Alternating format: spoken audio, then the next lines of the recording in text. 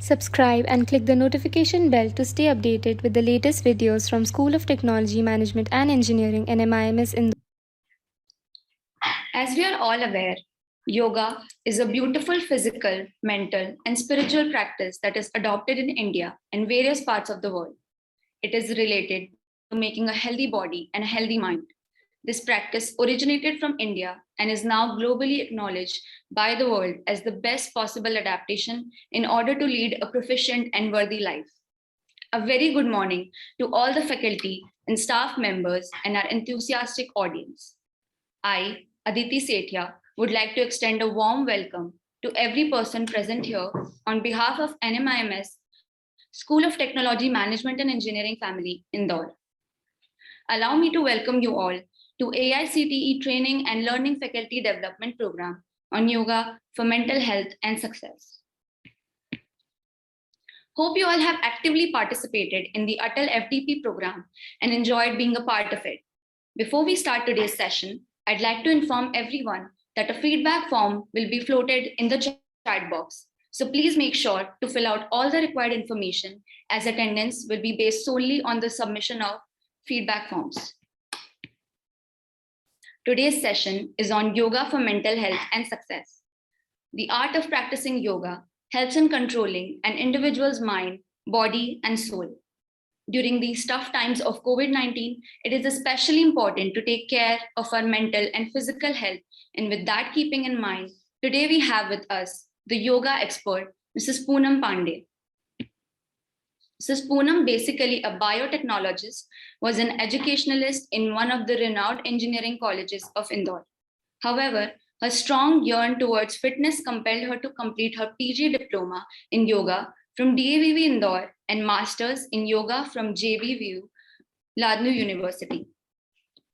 She has established herself as a yoga enthusiast and started her own yoga studio, Poonam's Yoga and Life Solutions Center, under the name and style of PYALS.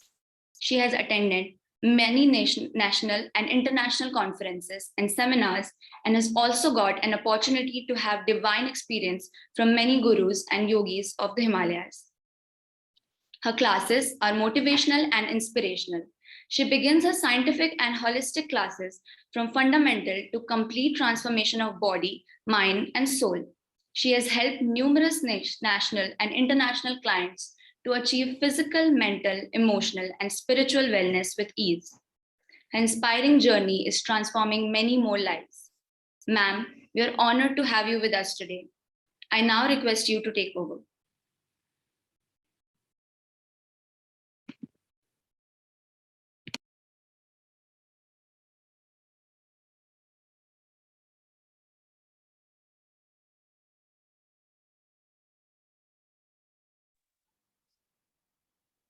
Thank you, ma'am.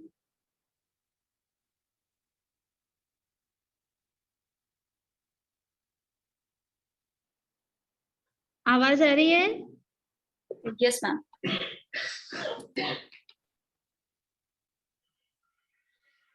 लहरों के विपरीत कभी जाकर तो देखिए, लहरों के विपरीत कभी जाकर तो देखिए, जिंदगी को कभी आजमाकर तो देखिए, आंधियां खुद बदल देंगी अपना रास्ता, आशा का एक दीप जलाकर तो देखिए, योग अभ्यास रोजाना करके तो देखिए, योग अभ्यास रोजाना करके तो देखिए।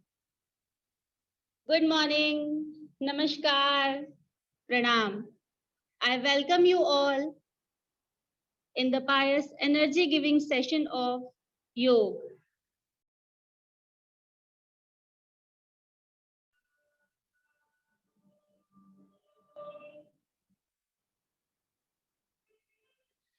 योग के सेशन की शुरुआत हम ओम चैंटिंग के साथ करेंगे। ओम इति एकाक्षर परब्रह्म। ईश्वर को इंडिकेट करने वाला अक्षर ओम ही है। श्री कृष्ण गीता में कहा है, अक्षरों में मैं ओम हूं। योग के आदि गुरु भगवान शिव के डमरू से निकलने वाला प्रथम नाद ओम ही है। यह सभी टॉक्सिन्स को खत्म कर देता है और इसीलिए मेडिकल साइंस में इसे ओम थेरेपी भी कहा गया है। यह ईश्वर से सीधा संवाद है।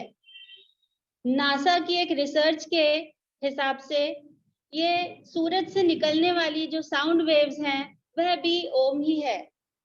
तो आइए हम सब सेशन की शुरुआत ओम चैंटिंग के साथ करेंगे। ओम का उच्चारण करते हुए हम अ, ओ और म तीनों पर बराबर से फोकस करेंगे। अपनी नाभि से वाइब्रेशंस को महसूस करते हुए ऊपर की ओर आएंगे। अ का जब उच्चारण करें, नाभि से वाइब्रेशंस फील करें, चेस्ट और गले तक पहुंचते हुए ओ, और होठों और मस्तिष्क तक पहुंचते हुए म का उच्चारण करेंगे। आज के इस सेशन के लिए आप लोग अगर योग मैट पर हैं तो प्लीज सुखासन में बैठ जाएं, और अगर कोई चेयर पर है तो चेयर पे थोड़ा सा आगे की तरफ शिफ्ट हो जाइए। दोनों पैरों को बराबरी से जमीन पे रख लीजिए, बैकबोन को कीजिए सीधा और हस्त मुद्रा बनाएंगे, ध्यान मुद्रा। मतलब इस तरीके से अंगूठे से इंडेक्स फिंगर की टिप को टच करें, बाकी तीनों उंगली आसमान की ओर, हथेली को भी आसमान की ओर रखेंगे। आंखें बंद कीजिए, लंबी गहरी श्वास लीजिए। हम 11 बार ओम चैंटिंग करेंगे। ओम चैंटिंग के लिए आप लोग अपने माइक को अनम्यूट कर सकते हैं। लीजिए लंबी गहरी श्वास।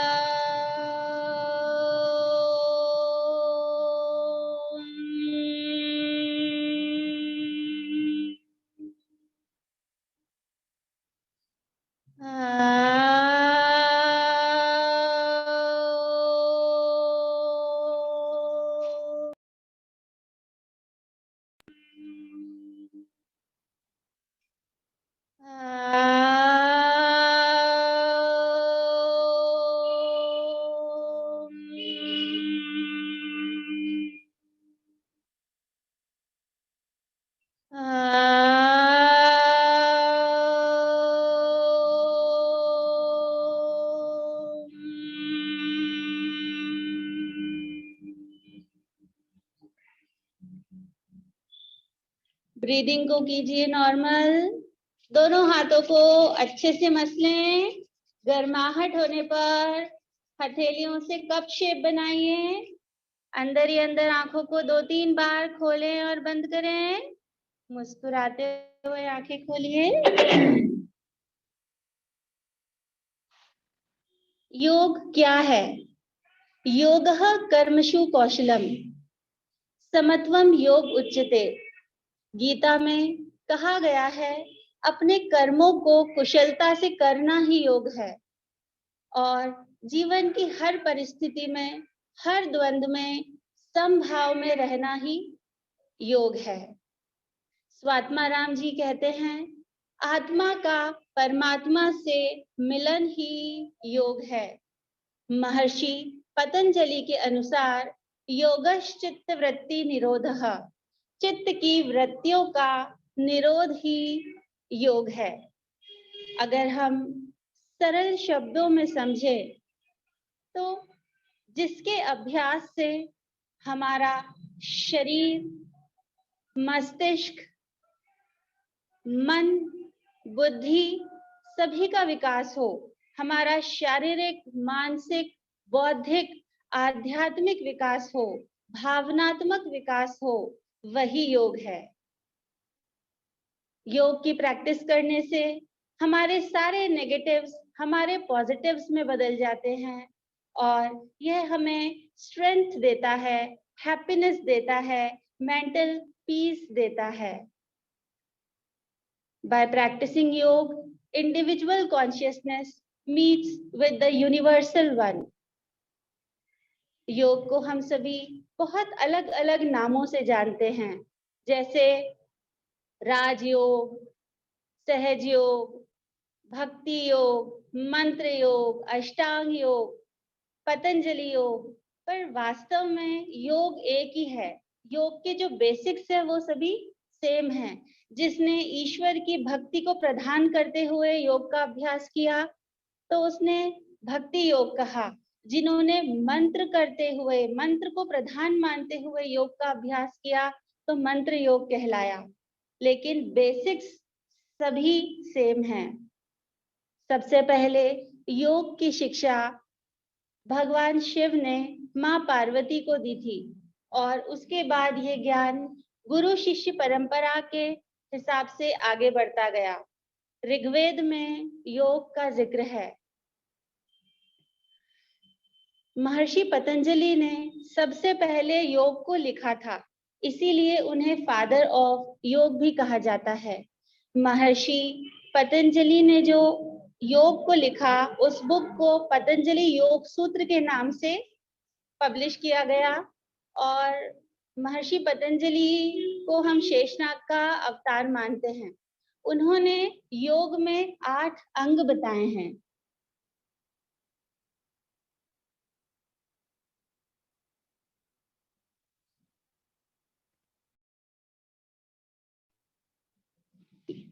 आठ अंग जो बताए हैं वो 8 स्टेप्स की तरह है, 8 सीढ़ियों के समान है। यम, नियम, आसन, प्राणायाम, प्रत्याहार, धारणा, ध्यान और समाधि। देखिए, हम सभी लोग आजकल योग के लिए अवेयर हैं, लेकिन हम आसन और प्राणायाम पर फोकस करते हैं।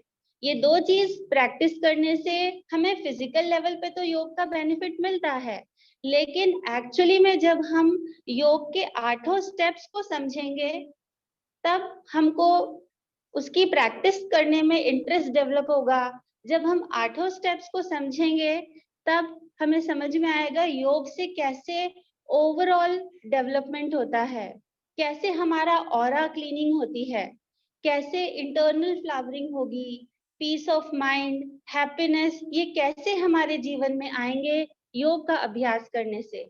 इसलिए हम थोड़ा शॉर्ट में इन 8 अंगों को, 8 स्टेप्स को समझते हैं, उसके बाद फिर हम प्रैक्टिस करेंगे आसन और प्राणायाम की। सबसे पहली स्टेप है यम। यम मतलब एलिजिबिलिटी टू लर्न योग। योग को समझने के लिए हमारी जो एलिजिबिलिटी डेवलप होती है वो यम कहलाती है। यम से इंडिविजुअल का और सोसाइटी का दोनों का बेनिफिट होगा, जैसे अहिंसा, सत्य, अस्तेय, ब्रह्मचर्य और अपरिग्रह। मन, वचन, कर्म, किसी भी तरह से किसी भी व्यक्ति को या किसी भी प्राणी को कष्ट न देना ही अहिंसा कहलाता है। हमें हमेशा सत्य कहना चाहिए, ब्रह्मचर्य का पालन करना चाहिए, और चोरी की भावना हमारे मन में कभी ना आए, और अपरिग्रह मतलब इकट्ठा करने की भावना ना हो। हम तो मतलब बहुत हमको सामान लगता है, हम ये भी ले लें, वो भी ले लें, ऐसे अगर हम बहुत ज़्यादा सामान इकट्ठा करते हैं, तो उससे भी बहुत सी समस्याएँ बढ़ती है। कम से कम सामान में अपना जीवन को व्यतीत करने का अभ्यास करें, उसे ही हम अपरिग्रह कहते हैं। इस तरीके से यम के प्रैक्टिस हम जीवन में लाएँ, इससे हमें भी लाभ मिलता है और पूरी सोसाइटी को भी फ़ायदा मिलता है। सेकंड स्टेप है नियम, that is discipline of life. इससे सेल्फ डेवलपमेंट होता है। शौच, संतोष, तप, स्वाध्याय और ईश्वर प्रणिधान। शौच जो हम बेसिक जनरल हाइजीन हमारी लिए रखते हैं, हम अपने शरीर को स्वच्छ रखें, हम अपने आसपास वातावरण को स्वच्छ रखें, और यहाँ एक इम्पॉर्टेंट चीज है कि हम अपने मन को, अपने ब्रेन को भी स्वच्छ रखें। क्रोध, ईर्ष्या, द्वेष, ऐसी नेगेटिव थॉट्स, ऐसी फीलिंग्स हमारे मन में ना आए, उसे ही शौच कहा गया है। संतोष, हमें हमेशा और अच्छा प्राप्त करने के लिए प्रयास करते रहना चाहिए, लेकिन ईश्वर ने हमको जो भी कुछ दिया है उसमें संतुष्ट रहना, प्रसन्न रहना ही संतोष की प्रैक्टिस करना है। तप, तीसरा चीज इसमें आती है तप। जैसे कुम्हार जब मिट्टी से घड़ा बनाता है, मटका बनाता है, तो उसको बहुत पकाता है, तब जाकर के उसमें जल को धारण करने की कैपेसिटी आती है। वैसे ही हम योग अभ्यास करके योग अग्नि में जब अपने शरीर को तपाते हैं, तब हम में क्षमता आती है जीवन के सारे सुख और दुख को धारण करने के लिए। योग अभ्यास करने से जो हम में निखार आता है और हम कॉस्मिक एनर्जी को एब्जॉर्ब कर पाते हैं, वो तपस्या से ही संभव हो पाएगा। स्वाध्याय, हमें हमेशा अच्छा लिटरेचर पढ़ना चाहिए, दिस इज सेल्फ स्टडी। और इसमें आखिरी एक पॉइंट बहुत इंपॉर्टेंट है, ईश्वर प्रणिधान। जिसमें भी हम विश्वास रखते हैं, हमारे भगवान, अल्लाह, वाहेगुरु, खुदा, जिनको भी हम सुप्रीम पावर मानते हैं, उनके प्रति भक्ति भाव होना और सरेंडर करना, यही ईश्वर प्रणिधान कहा गया है। यम और नियम, ये दो चीज को जब हम प्रैक्टिस में लाते हैं, तब इसके थर्ड स्टेप पर पहुंचते हैं, दैट इज आसन, जिसका हम अभी प्रैक्टिस भी करेंगे। आसन मतलब बहुत सारे अलग अलग बॉडी पोस्चर्स होते हैं, उससे हमारा पूरा शरीर स्वस्थ रहता है। नेक्स्ट आता है प्राणायाम। यम, नियम, आसन, प्राणायाम। प्राणायाम में अलग अलग ब्रीदिंग प्रैक्टिसेस हैं, जिनको करने से हमको बहुत मेंटल रिलीफ मिलता है, हमारी इम्यूनिटी बढ़ती है, हमारी ऑक्सीजन कैरिंग कैपेसिटी बढ़ती है, और हम हार्मोनल बैलेंसिंग आती है, हम स्ट्रेस को फाइट कर लेते हैं और हैप्पीनेस हम फील कर पाते हैं, हमारा लविंग नेचर डेवलप होता है। ये हम सारी चीजें प्राणायाम से अचीव कर पाते हैं, जो हम अभी प्रैक्टिस करेंगे आगे। उसके बाद आता है प्रत्याहार। प्रत्याहार इज कंट्रोल ऑन सेंसेस। जो हमारी इंद्रियां है, जो हमारे सेंस ऑर्गन्स है, उन पर कंट्रोल करना ही प्रत्याहार कहलाता है। हम एग्जाम्पल के लिए कैसे समझ सकते हैं, अगर हम किसी कछुए को टच करते हैं, तो वो जल्दी से सारे अपने हाथ, पैर, गर्दन, पूंछ सब अंदर समेट लेता है। वैसे ही ये जो हमारे सेंस ऑर्गन्स हैं, ये हमें हमेशा बाहर संसार की ओर खींचते हैं। जब हम योग अभ्यास करके इन पर कंट्रोल पाते हैं और इंद्रियों को बाहर की तरफ न जाने देकर अपने अंदर शरीर और मन की तरफ खींचते हैं, उसे ही प्रत्याहार कहा गया है। ये जो 5 स्टेप्स हैं शुरू के, यम, नियम, आसन, प्राणायाम और प्रत्याहार, ये सारे एक्सटर्नल स्टेप्स हैं जो बाहर से देखकर समझ में आते हैं, और इनको अच्छे से करने के बाद ही हमें एलिजिबिलिटी मिलती है आगे के 3 स्टेप्स पे जाने के लिए। वो है धारणा, ध्यान और समाधि। धारणा, धारणा is control on 5 elements of nature, आकाश, वायु, पृथ्वी, जल और अग्नि। इन पांचों एलिमेंट्स पर जब हम कंट्रोल पाते हैं योग साधना करके, अभ्यास करके, तब हमारे मन में, शरीर में सृष्टि के साथ बैलेंसिंग आ जाती है। इसे धारणा कहा गया है। इसके आगे 7th step is dhyan. Dhyan is calibration of our body, mind and soul in one direction. हम अपने शरीर, मन, बुद्धि, आत्मा को जब एक तत्व पर ले आते हैं, उसे ही ध्यान कहा गया है। फोकस्ड होकर, एकाग्र होकर हम जो काम कर रहे हैं, बस वही हमारा सब कुछ लगा होता है, हमारा 100% लग जाता है, उसे हम ध्यान कहते हैं। यम से फॉलो करते करते, प्रैक्टिस करते करते जब हम 7th स्टेप तक आ जाते हैं, ध्यान तक पहुंच जाते हैं, जब ध्यान हमारा सधने लगता है, तब हमारी आत्मा का शुद्धिकरण हो जाता है और हम एलिजिबल हो जाते हैं अपनी आत्मा को परमात्मा के चरण कमलों में समर्पित करने के लिए। और जो फाइनल स्टेप है, 8th स्टेप बताई गई है, 8वां अंग है, वो है समाधि। समाधि इज मर्जर विद गॉड। अपनी आत्मा का परमात्मा से मिलन ही समाधि कहलाता है और यहीं पर आकर के योग शास्त्र पूरा होता है। ऐसे हमने 8 अंग समझे हैं अष्टांग योग के। इन्हें ही अष्टांग योग कहा गया है, जो महर्षि पतंजलि ने बनाया है। इस तरह हम योग के बेसिक्स को समझने के बाद अब स्टार्ट करेंगे थोड़े प्रैक्टिस। आसन करेंगे, प्राणायाम करेंगे और ध्यान करेंगे, और उसके बाद फिर हम बात करेंगे हेल्दी डाइट और हेल्दी लाइफस्टाइल पर। तो हम सभी लोग आसन करने के लिए रेडी हो जाएं। सबसे पहले हम वार्म अप करेंगे, फिर खड़े होकर आसन करेंगे। ग्रुप में जब भी हम आसन करते हैं तो हमेशा सबको साथ में लेकर आसन करवाए जाते हैं, इसलिए जिन्हें कोई मेजर हेल्थ इशू नहीं है वो सारे आसन, सारा प्राणायाम करें। लेकिन अगर किसी को कोई हेल्थ इशू है, जैसे किसी को हार्ट ट्रबल हो, स्लिप डिस्क हो, गर्दन में प्रॉब्लम, सर्वाइकल का प्रॉब्लम हो, या किसी की सर्जरी हुई हो, घुटनों में दर्द है, ऐसे केस में वो ज्यादा आसन ना करें आज, क्योंकि उनकी मेडिकल हिस्ट्री देखने के बाद ही सजेस्ट कर सकते हैं कि उन्हें कौन से आसन करना चाहिए और कौन से आसन उनके लिए वर्जित है। तो थोड़ा सा अपना ध्यान रखते हुए करें, लेकिन अपनी पूरी क्षमता के साथ हम आसनों का अभ्यास करेंगे। तो आप सबसे रिक्वेस्ट है अपने अपने योग मैट पर खड़े हो जाएं। हम सबसे पहले वार्म अप करेंगे।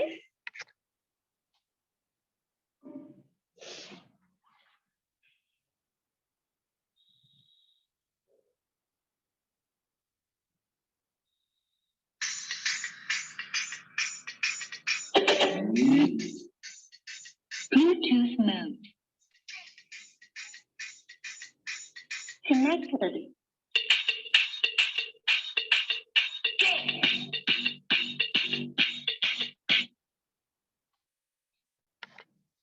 अपने मैट पर खड़े हो जाइए।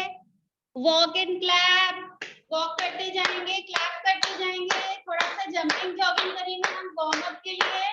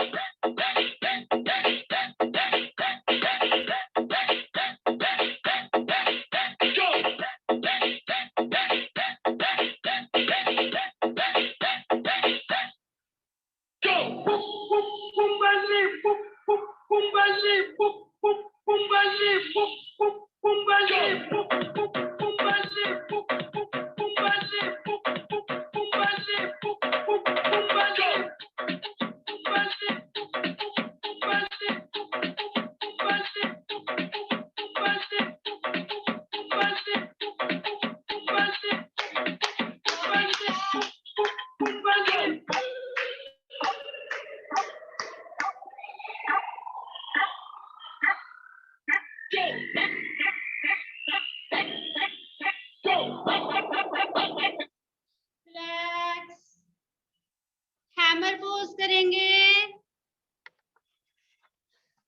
दोनों पैरों में हल्का सा फासला। आप लोग अपना वीडियो ऑन कर लीजिए। दोनों पैरों में गैप। नाक से सांस लेना है, मुंह से सांस छोड़ना है। 1 2 3 4 5 6 7 8 9 10। दंडासन में विश्राम। स्टिक पोज में आ जाइए। धीरे धीरे लंबी गहरी सांस लीजिए। आंखें बंद रखते हुए धीरे धीरे गहरी गहरी श्वास।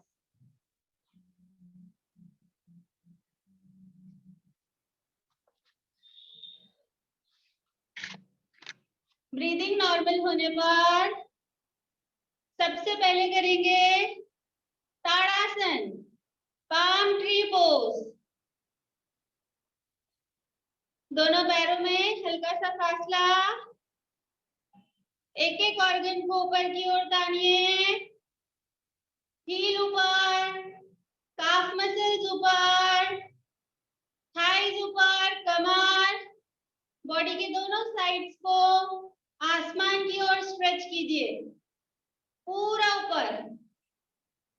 होल्ड रखिए।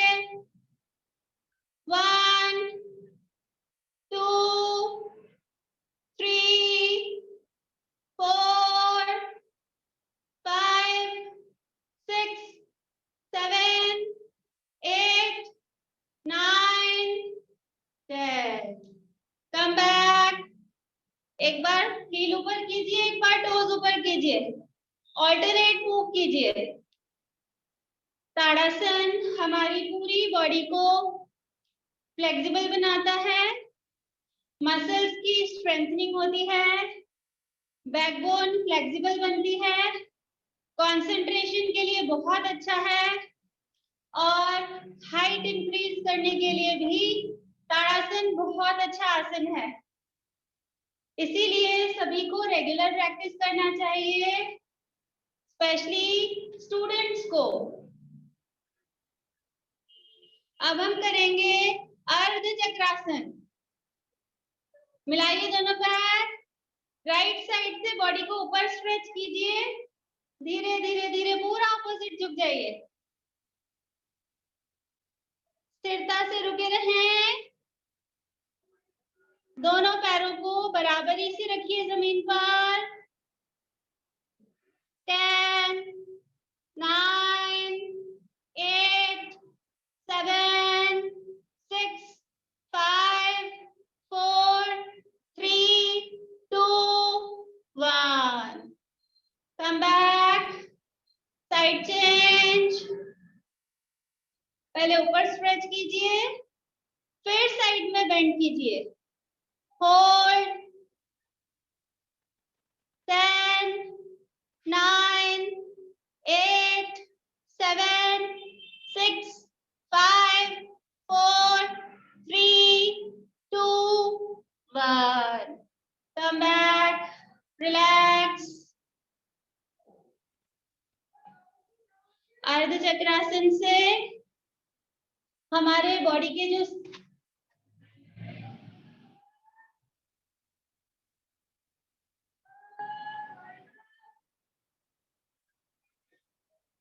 अर्ध चक्रासन से हमारे बॉडी के दोनों साइड्स फ्लेक्सिबल होते हैं, बॉडी कर्व्स हमको एकदम फाइन मिलते हैं और कंप्लीट स्ट्रेचिंग होती है। बैकबोन की फ्लेक्सिबिलिटी के लिए ये आसन बहुत अच्छा है। थर्ड आसन हम करेंगे कटी चक्रासन। दोनों पैरों में शोल्डर बराबर गैप कीजिए।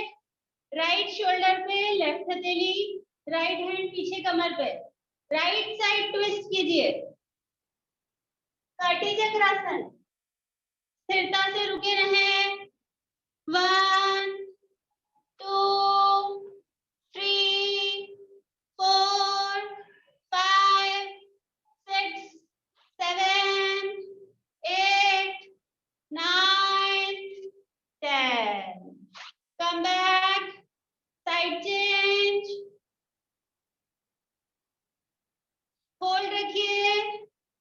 कटी चक्रासन डायबिटीज में बहुत फायदा करता है। कमर में जिनको पेन है उनके लिए बहुत फायदेमंद है। और पेट के आसपास कमर की फैट्स कम करने के लिए भी ये आसन बहुत बेनिफिशियल है। फैटी लिवर की प्रॉब्लम भी इससे कम होती है और हार्मोनल बैलेंसिंग के लिए ये आसन बहुत अच्छा है। स्थिरता से रुके रहें। 10, 9, 8, 7, 6, 5, 4, 3, 2, 1। Come back. नेक्स्ट हम करेंगे पाद हस्तासन। दोनों हाथों को पूरा ऊपर स्ट्रेच कीजिए, सांस छोड़ते हुए झुक जाइए पूरा नीचे। होल्ड, नॉर्मल ब्रीदिंग के साथ होल्ड रखिए। 1, 2, 3, 4, 5, 6, 7, 8, 9, 10। Come back slowly. Relax. दंडासन में विश्राम। पादहस्तासन से टीनेजर्स में हाइट अच्छे से बढ़ती है और मेंटल रिलीफ के लिए, जिन्हें स्ट्रेस रहता है, याद नहीं रहता, नींद नहीं आती, चिड़चिड़ापन होता है, बात बात पे एंजाइटी होने लगती है, उनके लिए पादहस्तासन बहुत बेनिफिशियल है। अब हम करेंगे बैक बेंडिंग। दोनों हाथ कमर पे रखते हुए पीछे की तरफ झुक जाएं, पैरों में हल्का सा गैप कीजिए।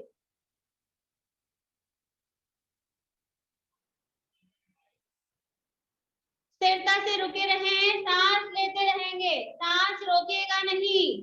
10, 9, 8, 7, 6, 5, 4, 3, 2, 1। Come back. त्रिकोणासन। दोनों पैरों में शोल्डर से थोड़ा ज्यादा गैप कीजिए। दोनों हाथ शोल्डर की सीध में, सांस छोड़ते हुए झुक जाइए पूरा नीचे। राइट हैंड से लेफ्ट पैर के अंगूठे को टच कीजिए, दूसरा हाथ ऊपर, निगाहें ऊपर।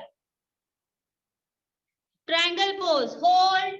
1, 2, 3, 4, 5, 6, 7, 8, 9, 10।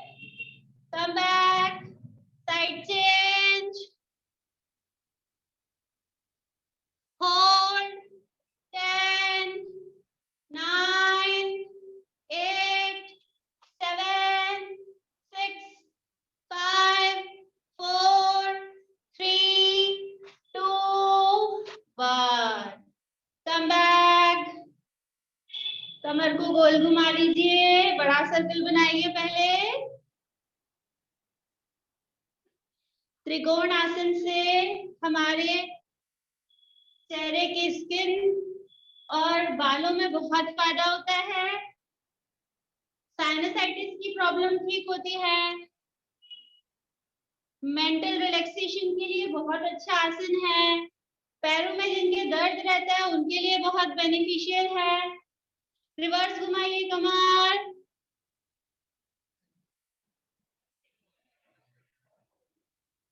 अभी बड़ा सर्कल बनाया था, आप सिर्फ कमर को घुमाइए गोल।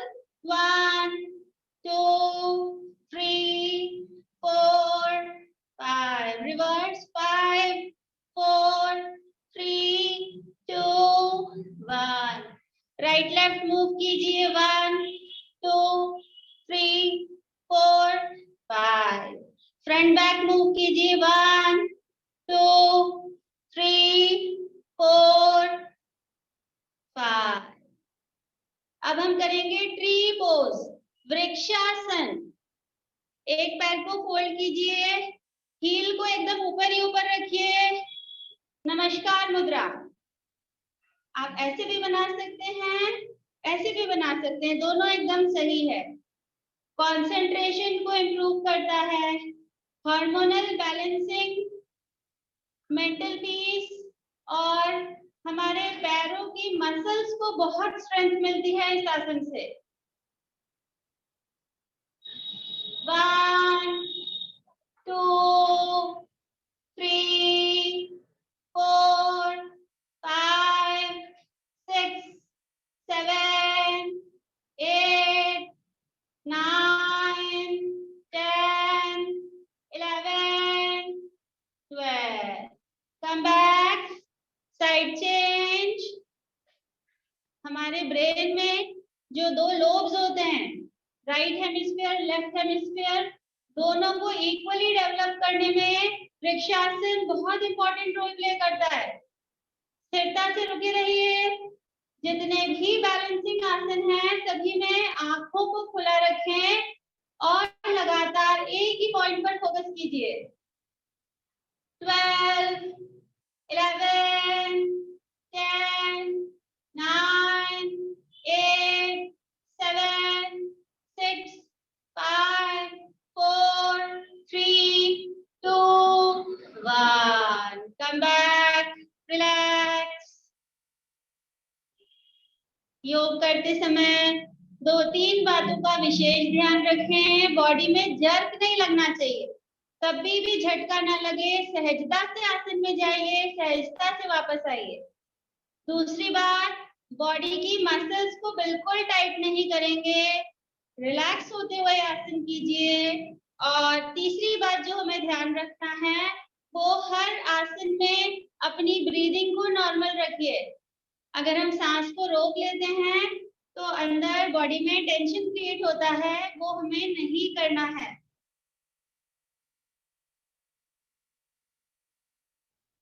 अब हम करेंगे वीरभद्रासन, वॉरियर पोज। अपने राइट लेग को आगे लाइए, लेफ्ट लेग को पीछे ले जाइए। दोनों पैर के पंजे सामने की तरफ, ऊपर नमस्कार मुद्रा।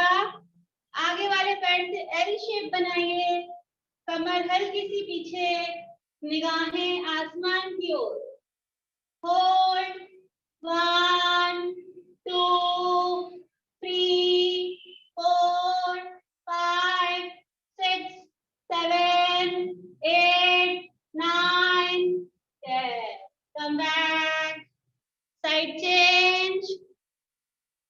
दूसरे पैर को ले आइए आगे,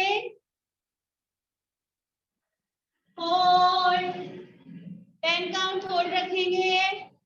10 9 8 7 6 5 4 3 2 1 रिलैक्स। अब हम सन सैल्यूटेशन करेंगे, सूर्य नमस्कार। सूर्य नमस्कार के लिए अपनी मैट पर आ जाइए। आगे 12 स्टेप्स होते हैं सूर्य नमस्कार में। शुरू कीजिए। 1 2 3 4 में जो पैर पीछे ले जा रहे हैं 9 में वही पैर आगे लाएंगे। 5 6 7 8 9 10 11 12। एक सूर्य नमस्कार और करेंगे, मंत्रों के साथ करेंगे। स्टार्ट कीजिए। 1 ओम मित्राय नमः। 2 ओम रवये नमः। 3 ओम सूर्याय नमः। 4 ओम भानवे नमः।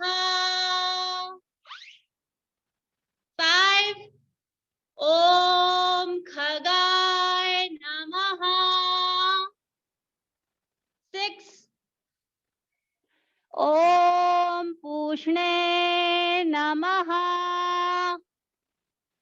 7 ओम हिरण्यगर्भाय नमः।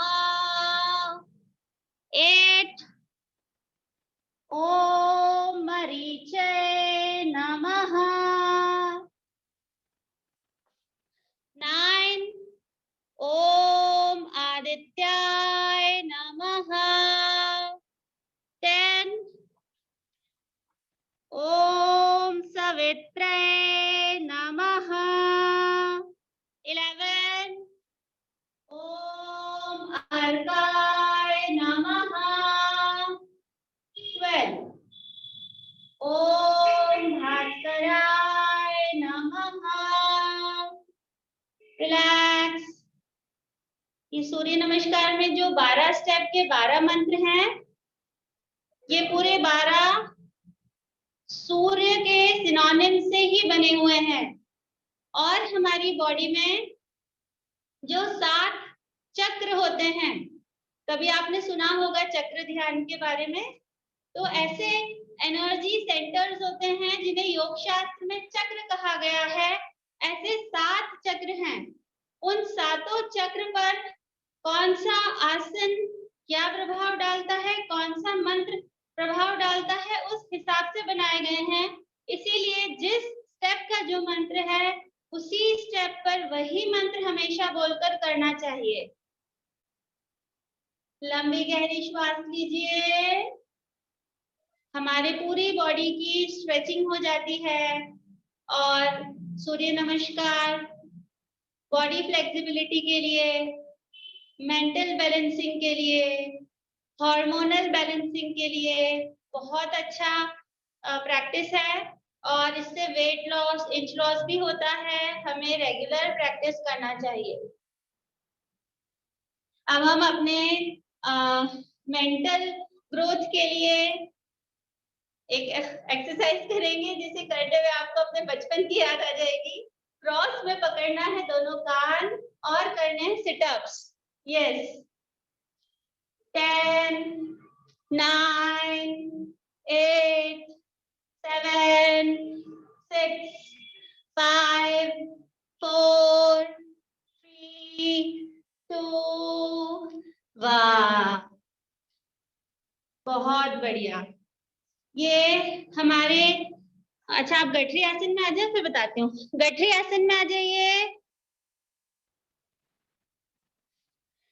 होल्ड रखिए गठरी आसन में। 1 2 3 4 5।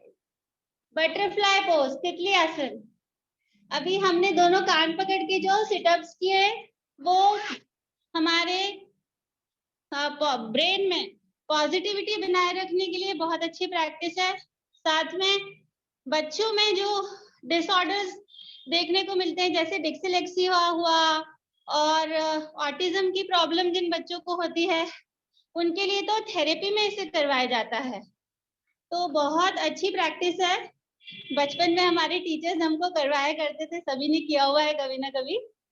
तो अभी मेडिकल साइंस में इसको मानने लगा है।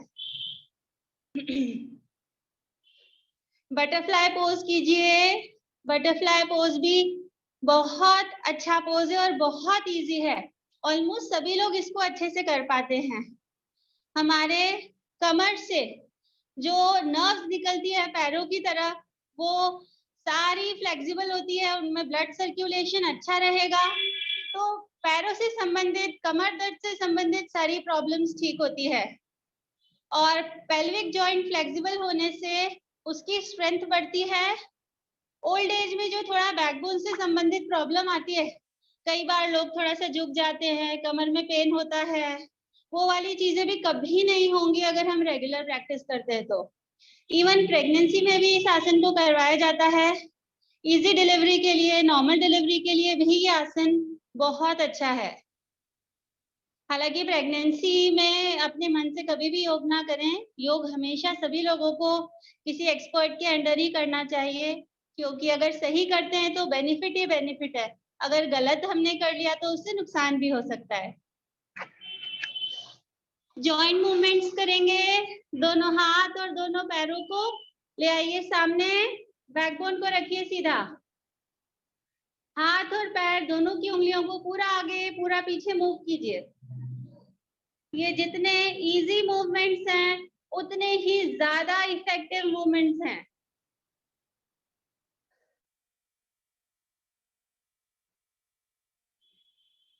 चेंज।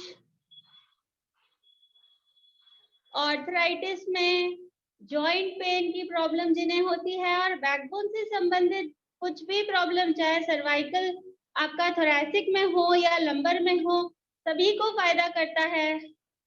टेनिस एल्बो का प्रॉब्लम हो, फ्रोजन शोल्डर का प्रॉब्लम हो, नीज में पेन का प्रॉब्लम हो, सभी में ये फायदा करता है।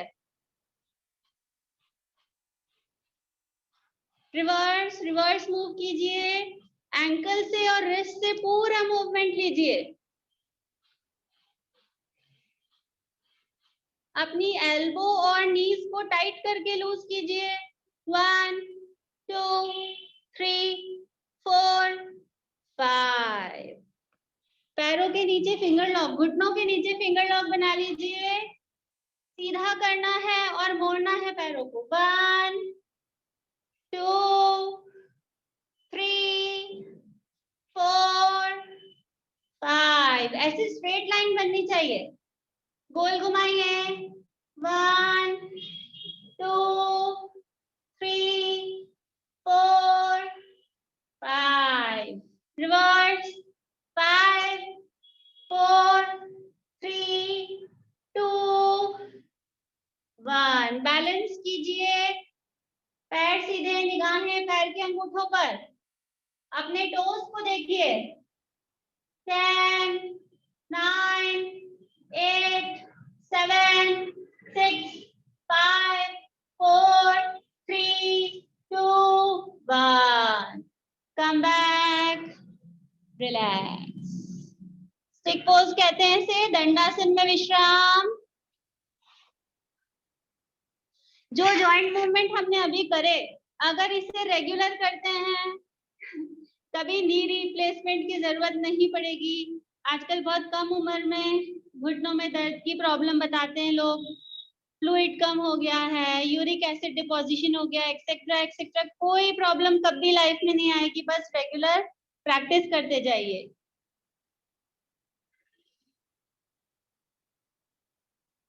आज से हमने योग अभ्यास शुरू कर दिया है, इसको रेगुलर रखेंगे। जितना हम रोज प्रैक्टिस करते हैं उतने अच्छे और उतने जल्दी हमको रिजल्ट्स मिलते हैं। करेंगे वक्रासन। दोनों पैरों को सामने लंबा कर लीजिए, लेफ्ट लेग को फोल्ड कीजिए, एंकल और नी पास पास रखिए और लेफ्ट हैंड को रखिए पीछे बैकबोन की सीध में। राइट हैंड को ऊपर स्ट्रेच करें, घुटने के बाहर से लाइए, एंकल पकड़ लीजिए, कंधा और गर्दन पीछे वाले हाथ की ओर। स्थिरता से रुके रहें। 1 2 3 4 5 6 7 8 9 10। Come back, side change.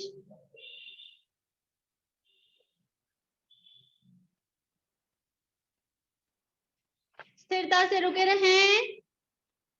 Vakrasana diabetes में बहुत फायदा करता है, फैटी लिवर में फायदा करता है, बैकबोन में कोई प्रॉब्लम हो, अगर लंबर रीजन में गैप कम है ज्यादा है, दोनों के इसमें फायदा करेगा। साथ में हमारी लंग्स की कैपेसिटी बढ़ती है और हमारे ब्रेन के दोनों लोब्स में डेवलपमेंट बराबरी से होता है, इसीलिए हम अपनी ब्रेन की एफिशिएंसी को बढ़ा सकते हैं। स्टूडेंट्स के लिए भी ये बहुत फायदा करता है और डायबिटीज में तो इस आसन को जरूर करना ही चाहिए। इवन जिन्हें कॉन्स्टिपेशन की प्रॉब्लम है उनके लिए भी वक्रासन बहुत अच्छा आसन है। Come back. करेंगे गोमुख आसन, काउ फेस पोज। दोनों पैर सामने की तरफ लाइए, ये ऐसा इमेजिन किया है गाय का मुंह, ये गाय के कान। जो पैर ऊपर है वही वाला हाथ ऊपर से लाइए दूसरा हाथ नीचे पीछे फिंगर लॉक बनाइए और एल्बो को स्ट्रेट ऊपर रखिए, शिखा के पीछे जहां हम चोटी बनाते हैं उस जगह पर पीछे एल्बो आनी चाहिए। आंखें बंद करके थर्ड आई पोजीशन पर कंसंट्रेट कीजिए, माथे पर जहां तिलक लगाते हैं उस जगह पीछे फिंगर लॉक ऐसे बनना चाहिए। Hold 1 2 3 4 5 6 7 8 9 10। Come back, side change. नीचे वाले पैर को ले आइए ऊपर, हाथ भी चेंज कीजिए। 10 9 8 7 6 5 4 3 2 1। Come back slowly. Camel pose के लिए घुटनों पर खड़े हो जाएं। आप कैमल पोज एक बार देख लीजिए, दो तरीके से इसको हम करते हैं। घुटनों पर खड़े हो जाएं, पैर की उंगलियों को अंदर की ओर मोड़िए, दोनों हाथों को गोल घुमाते हुए हील पकड़ लीजिए, कमर आगे गर्दन पीछे।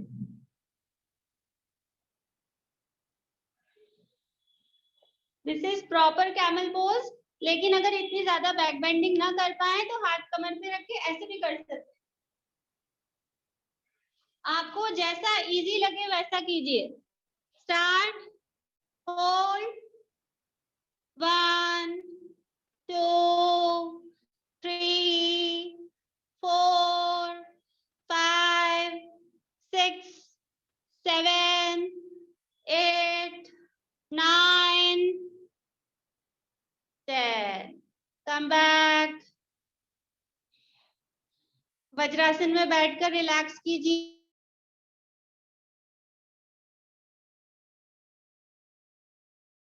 करता है, हमारी चेस्ट कैविटी पूरी एक्सपैंड होती है, इसलिए लंग्स में ऑक्सीजन कैरिंग कैपेसिटी बढ़ाता है, हम इफेक्टिवली ब्रीथ कर पाते हैं, हमारे रेस्पिरेशन को इम्प्रूव करता है, साथ में हमारी रिब्स स्ट्रॉन्ग होती है और फीमेल्स में मेंस्ट्रुएशन साइकिल से रिलेटेड जो प्रॉब्लम है वो भी सब ठीक होती है इस आसन से। पेट के आसपास जो फैट्स हैं वो कम होते हैं और इंटरनल ऑर्गन्स की मसाज होने से सारे ऑर्गन्स के लिए अच्छा है, किडनीज के लिए अच्छा है, लिवर के लिए अच्छा है, मतलब बहुत सारे फायदे हैं। इस आसन को रेगुलर प्रैक्टिस करना चाहिए। अब हम करेंगे फ्रॉग पोज। अंगूठा अंदर करके मुट्ठी बनाइए, नाभि के साइड में रखिए, सांस छोड़ते हुए झुक जाइए पूरा सामने।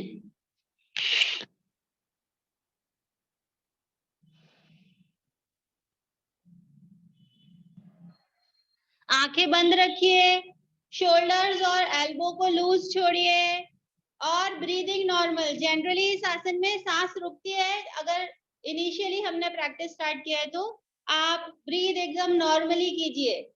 होल्ड रखेंगे। 10 9 8 7 6 5 4 3 2 1। Come back slowly. वज्रासन में रिलैक्स कीजिए, डीप ब्रीदिंग कीजिए। मंडूक आसन गैस्ट्रिक इम्बैलेंस को ठीक करने के लिए बहुत अच्छा है, जिनको एसिडिटी की, गैस की प्रॉब्लम रहती है उनके लिए अच्छा है, और यूरिनरी सिस्टम से रिलेटेड, किडनी से रिलेटेड जो भी प्रॉब्लम है उन सभी में बहुत फायदा करता है, डायबिटीज में बहुत फायदा करता है। इसलिए मंडूक आसन को रेगुलर प्रैक्टिस करनी चाहिए। साथ में जिनको टेंशन जल्दी होता है, एंजाइटी जल्दी होती है, उनको भी ये आसन रेगुलर करना चाहिए।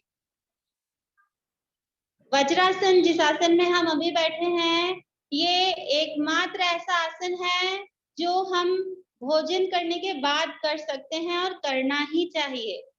आइडियली लंच और डिनर के बाद 15 मिनट्स हमें वज्रासन में बैठना चाहिए। डायमंड पोज कहते हैं इसे। वज्रासन में पैर की उंगलियां ऐसे बाहर की तरफ होनी चाहिए। इसको ऐसे अंदर करके ना बैठे, बाहर की तरफ हो। बैकबोन सीधी, आंखें बंद। ध्यानात्मक आसन भी कहा गया है। इससे कंसंट्रेशन भी इंप्रूव होता है। डाइजेशन अच्छा होने से हम ज्यादा न्यूट्रिएंट्स को एब्जॉर्ब कर पाते हैं। और जो ब्रीदिंग प्रैक्टिसेस हैं, जो हम प्राणायाम करते हैं, उसमें वो भी वज्रासन में अगर बैठ के कर सकते हैं तो करना चाहिए। केवल जिनके घुटनों में दिक्कत है, आर्थराइटिस का ज्यादा प्रॉब्लम है, या गैप कम ज्यादा हो गई है, या कोई इंजरी हुई है, उन लोगों के लिए ये आसन वर्जित है। अब हम करेंगे कैट पोज, मार्जारी आसन। इस तरीके से शोल्डर के नीचे दोनों हथेली, कमर के नीचे दोनों घुटने, सांस लेते हुए गर्दन ऊपर, पीठ नीचे, सांस छोड़ते हुए गर्दन नीचे, पीठ ऊपर। 1 1 2 2 3 3 4 4 5 5। कैट पोज से डायरेक्ट रैबिट पोज में आइए, शशांक आसन। शशांक आसन जिसे रैबिट पोज भी कहते हैं। आंखें बंद रखिए, ब्रीदिंग नॉर्मल रखिए। प्रणाम आसन भी कहा जाता है इसे, है ना। हम प्रेयर करते हैं जब भगवान के सामने, तो हम ये वाला आसन सभी लोग करते हैं और करना चाहिए। स्थिरता से रुके रहें। 1 2 3 4 5 6 7 8 9 10। Come back slowly. पद्मासन, लोटस पोज। दोनों पैर एक के ऊपर एक, एड़ी ऊपर की तरफ आनी चाहिए। हस्त मुद्रा, इसमें ध्यान मुद्रा बनाते हैं। मेडिटेशन के लिए बेस्ट पोज माना गया है। थोड़ा डिफिकल्ट होता है इनिशियली, लेकिन हम प्रैक्टिस करेंगे तो धीरे धीरे हम इसको अच्छे से कर पाते हैं। शुरू में अगर आपसे पद्मासन ना लगे तो आप अर्ध पद्मासन लगा सकते हैं। जैसे ये पैर दोनों सामने लंबे, एक पैर को आप फोल्ड करें, दूसरे को सिंपल जैसे सुखासन में रखते हैं वैसे रखिए। एक पैर की प्रैक्टिस की, फिर हम दूसरे पैर को ऊपर ले आए, फिर धीरे धीरे थोड़ी देर आप स्टार्ट करेंगे, फिर आप लगातार उसको प्रैक्टिस करते जाएंगे तो पद्मासन बहुत अच्छे से होने लगेगा। ध्यान के लिए बेस्ट नंबर 1 आसन माना गया है पद्मासन। ये डायरेक्ट हमारे स्पाइनल कॉर्ड को, हमारे ब्रेन को अलाइन करता है, और जो हमारी थॉट प्रोसेस है वो बहुत जल्दी कंट्रोल में आती है अगर हम पद्मासन का रेगुलर अभ्यास करते हैं। इससे हमारी मेमोरी भी शार्प होती है, और जितने चक्र है वो सब खुलते हैं। एनर्जी पॉइंट्स जो है बॉडी के, वो सारे अपने एक्टिव स्टेज में आ जाते हैं। इसीलिए सभी को करना चाहिए। स्टूडेंट्स के लिए तो ये बहुत फायदेमंद है ही। वर्किंग पीपल जितने हैं, अगर वो भी 5 मिनट भी इस आसन को रेगुलर कर लेते हैं तो उनको बहुत रिलैक्सेशन फील होगा। शुरू में ऐसा लगता है कि पैरों में दर्द हो रहा है हमको, तो रिलैक्सेशन कैसे हो रहा है इस आसन से, लेकिन जब प्रैक्टिस हो जाएगी तो आप बिल्कुल भूल जाएंगे कि आपके पैरों में कहीं कोई दर्द है। आप बॉडी के अपर सेंसेस को आप कंट्रोल कर पाते हैं। हम थोड़ा सा डीप ब्रीदिंग करेंगे इस आसन में बैठकर।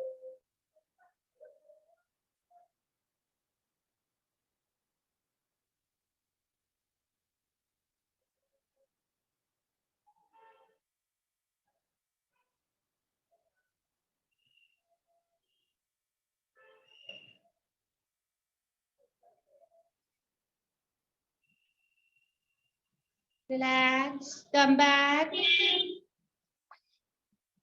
खड़े होकर आसन और बैठकर आसन हमने मेन आसन जो जनरल फिटनेस आसन है, जो हमें रेगुलर प्रैक्टिस करनी है, वो हमने आज किए।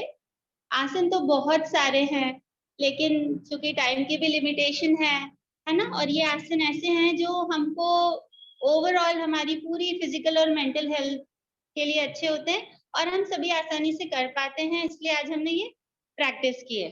अब हम करेंगे लेट कर आसन। पहले पीठ के बल लेट कर आसन करेंगे, उसके बाद हम पेट के बल लेट कर आसन करेंगे। आप सभी शवासन में लेट जाएं।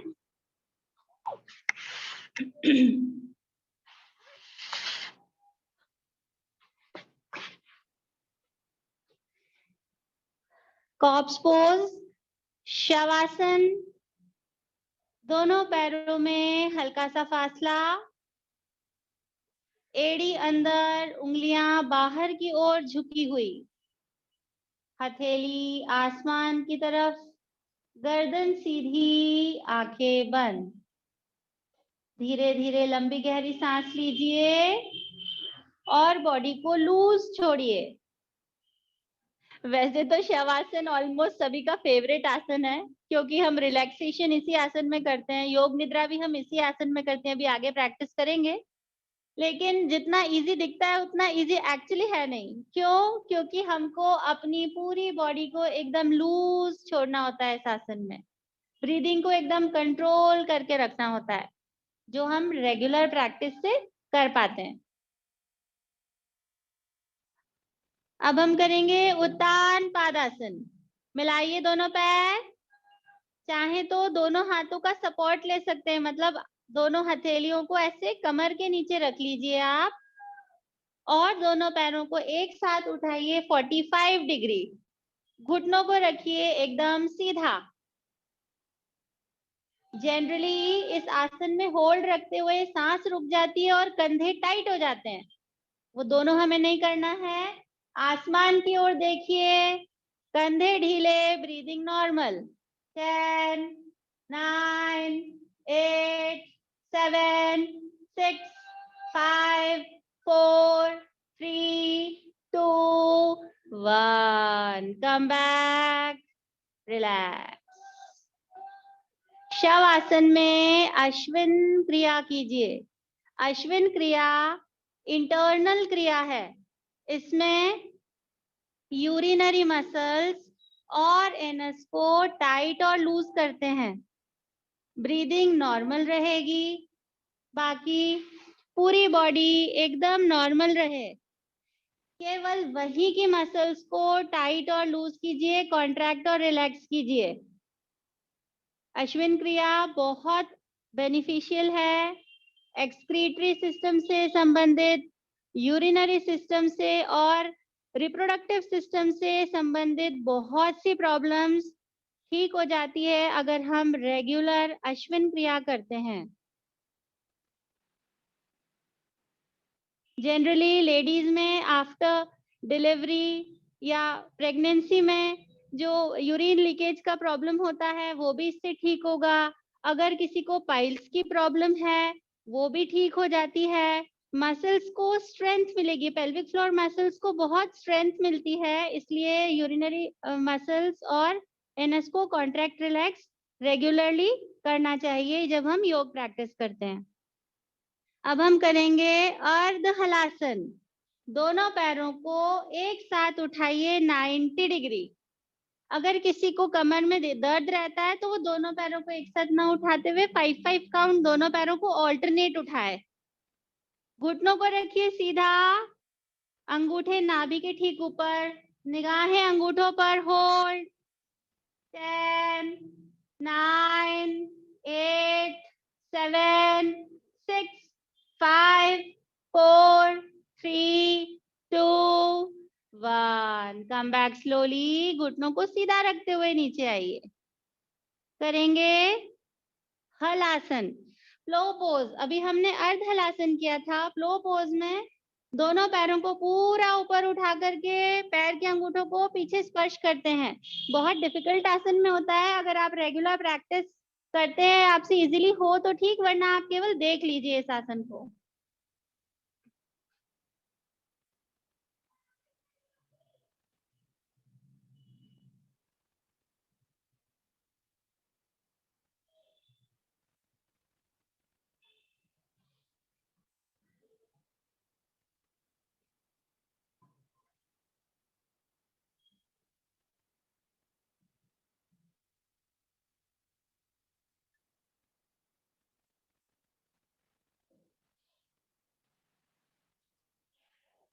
हलासन, हल, जैसे खेतों में फसल उगाने के पहले हल चलाया जाता है, मिट्टी की फर्टिलिटी को बढ़ाते हैं, वैसे ही हमारी पूरी बैकबोन को इतना फ्लेक्सिबल बना देता है, हमें इतनी स्ट्रॉन्ग हमारी स्पाइन हो जाती है कि हमें लाइफ टाइम कभी कोई डिजीज नहीं होगी, पूरे शरीर को स्वस्थ रखता है और हमारी ब्रेन के लिए बहुत अच्छा आसन है। अगर हम बच्चों को 7-8 साल की उम्र से रेगुलर करवाते हैं तो जीवन में कभी उन्हें किसी भी तरीके का ना तो कोई टेंशन होगा, ना स्ट्रेस होगा, उनमें इतना इंटरनल पावर बढ़ेगा और उनकी फिजिकल स्ट्रेंथ इतनी अच्छी होगी कि वो हर जगह सक्सेसफुल होंगे।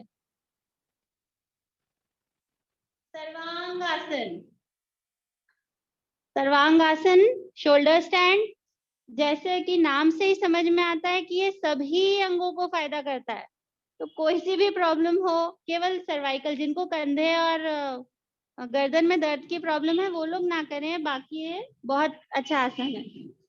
दोनों पैरों को पहले उठाएंगे ऊपर, फिर कमर को भी पूरा ऊपर उठा लेंगे।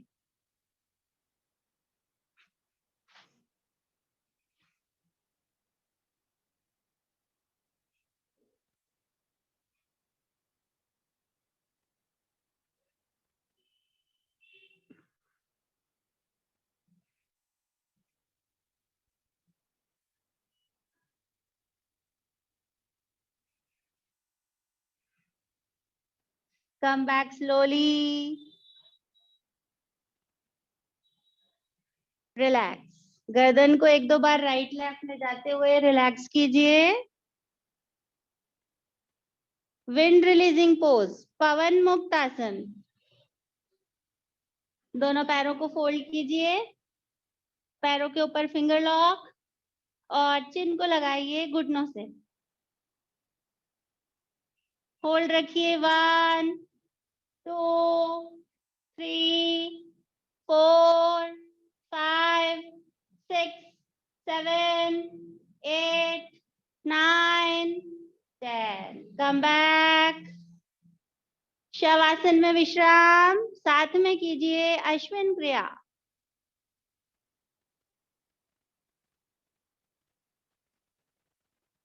रिलैक्स, आईज को बंद रखें और अपनी टंग को एकदम लंबा बाहर निकालिए।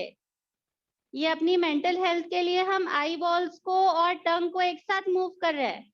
अप डाउन, आई बॉल्स को टंग को एक साथ मूव कीजिए, up down up down up down, right left right left right left, गोल घुमाइए 1 2 3, रिवर्स 3 2 1।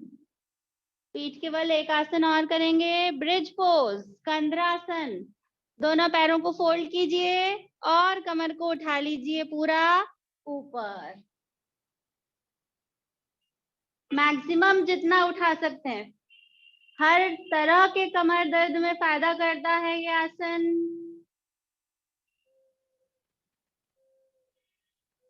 Ten 9 8 7 6 5 4 3 2 1, relax.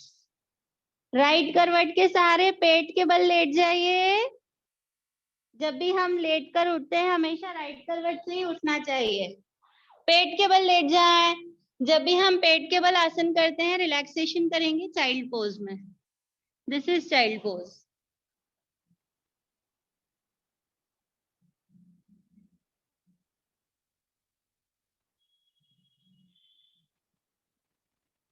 बो पोज में आइए, धनुरासन, फोल्ड कीजिए दोनों पैर, एंकल्स पकड़ लीजिए और उठाएं आसमान की तरफ।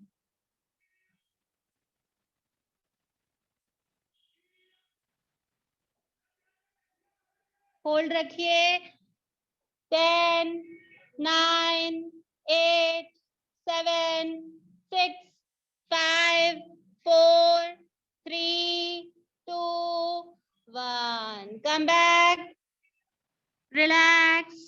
चाइल्ड पोज, बालक आसन, जितने भी रिलैक्सेशन पोज हैं सभी में आंखों को बंद रखें, बॉडी को लूज छोड़ें और डीप ब्रीदिंग कीजिए।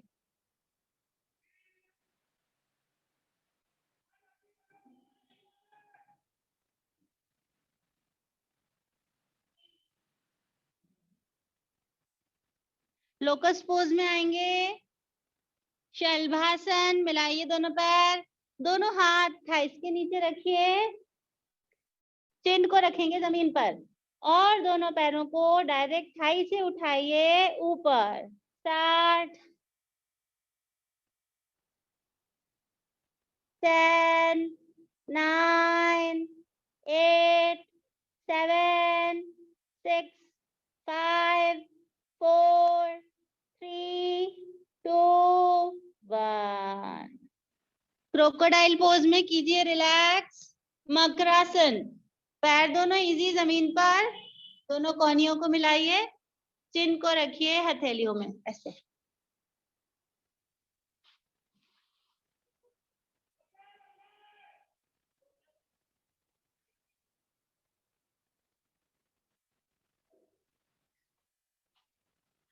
सर्पासन, कोबरा पोज, मिलाइए दोनों पैर, दोनों हाथ पीछे, फिंगर लॉक बनाते हुए अपर बॉडी को उठाइए ऊपर।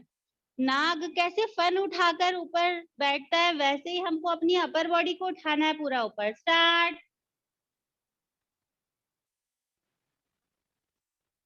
होल्ड रखिए। 1, 2, 3, 4, 5, 6, 7, 8, 9, 10. Come back slowly. Relax. Child pose. सर्पासन से हमारी रिब्स की जो मसल्स है, इंटरनल और एक्सटर्नल इंटरकोस्टल मसल्स स्ट्रॉन्ग होती है, ब्रीदिंग इफेक्टिव होती है। थायराइड ग्लैंड के लिए ये बहुत अच्छा आसन है, इससे हार्मोनल सिक्रीशन प्रॉपर हो जाता है। साथ में हमारी बैकबोन की फ्लेक्सिबिलिटी बढ़ती है और कमर के आसपास जो ब्लड सर्कुलेशन है, जितनी भी स्पाइनल नर्व्स निकलती है लंबर रीजन में, उनके लिए भी बहुत फायदा करता है ये आसन। धीरे से राइट करवट के सहारे उठ जाइए।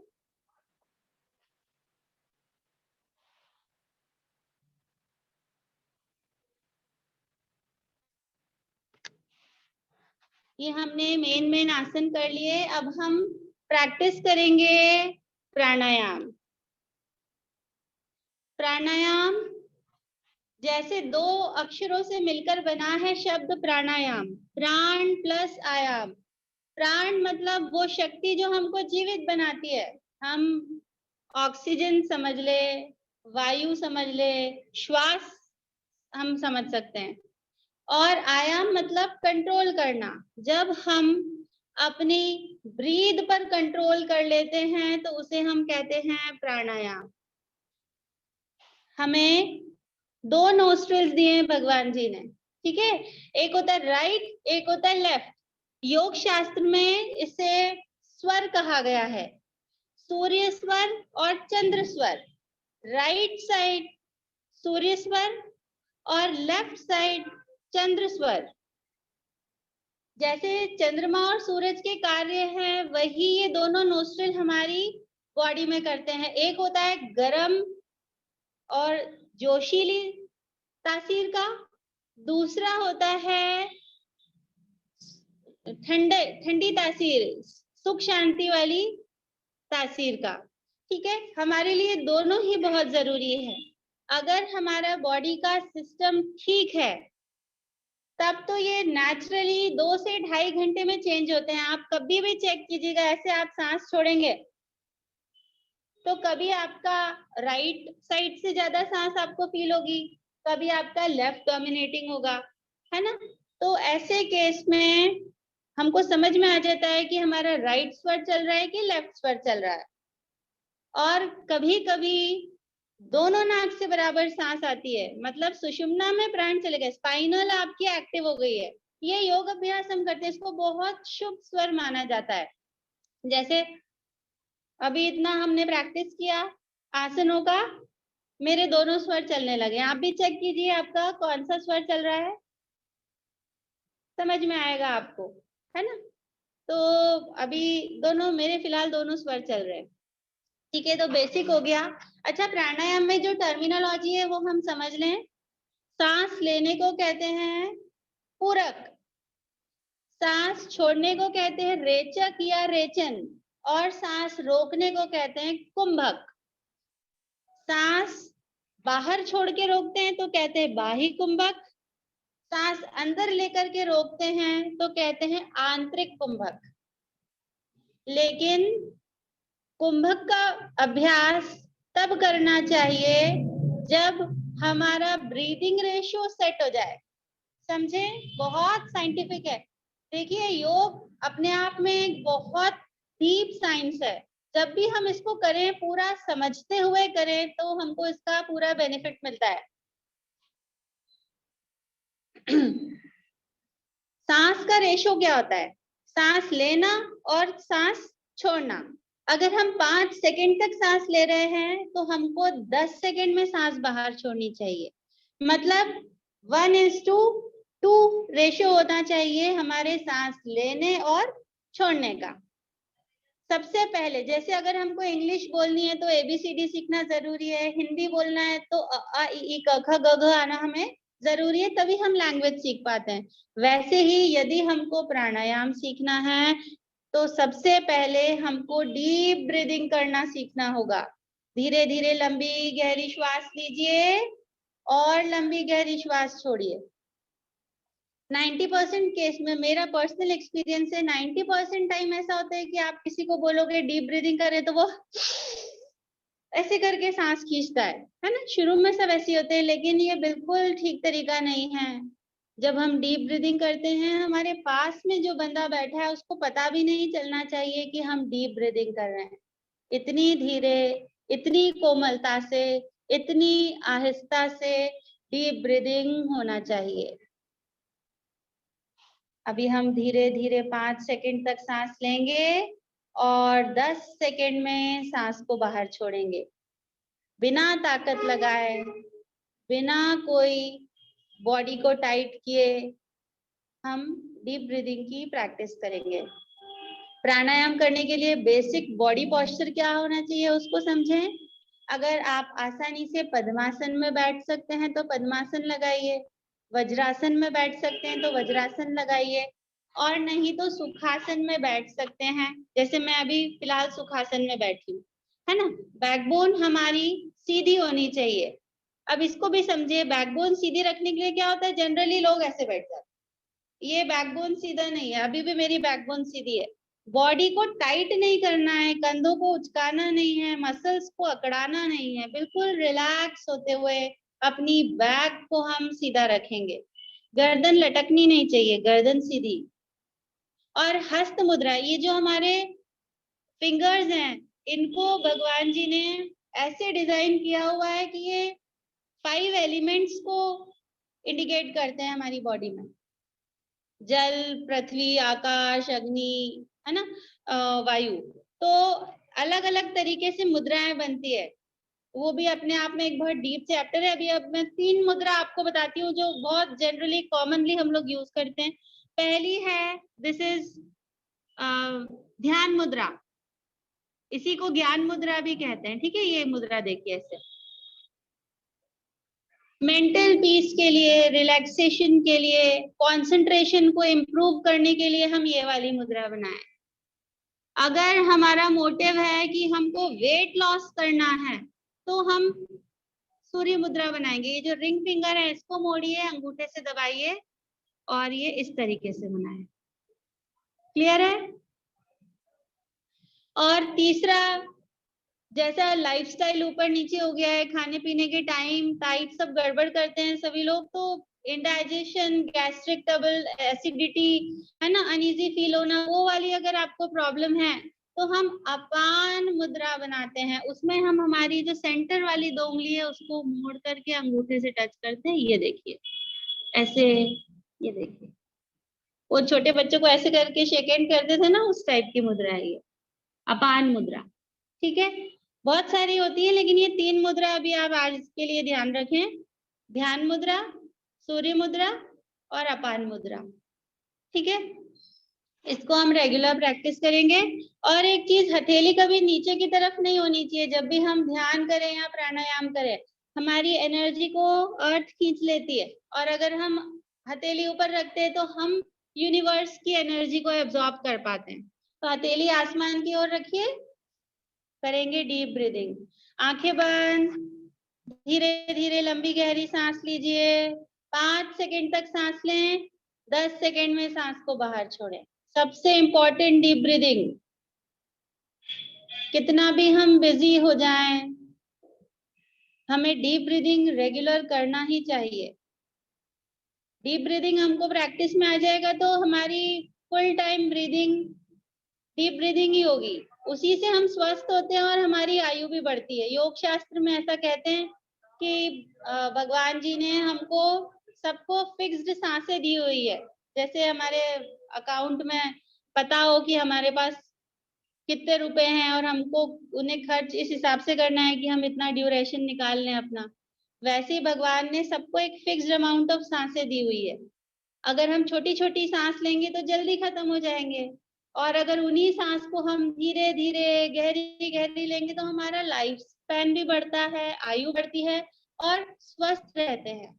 ज्यादा जीना ही हमारा उद्देश्य नहीं है, स्वस्थ और प्रसन्न रहते हुए दीर्घायु होना हमारा उद्देश्य है।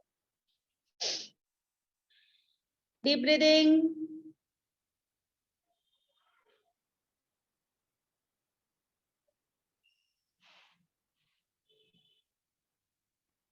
डीप ब्रीदिंग के बाद करेंगे भस्त्रिका प्राणायाम।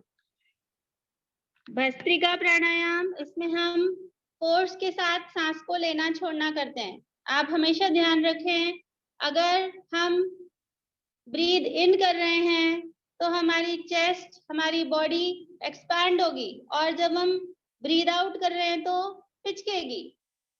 ठीक है, अब फोर्स के साथ सांस लेना छोड़ना, इसमें सांस की आवाज आती है, डीप ब्रीदिंग में नहीं आएगी। भस्त्रिका में सांस की आवाज आती है, लेने छोड़ने की बराबरी से आएगी।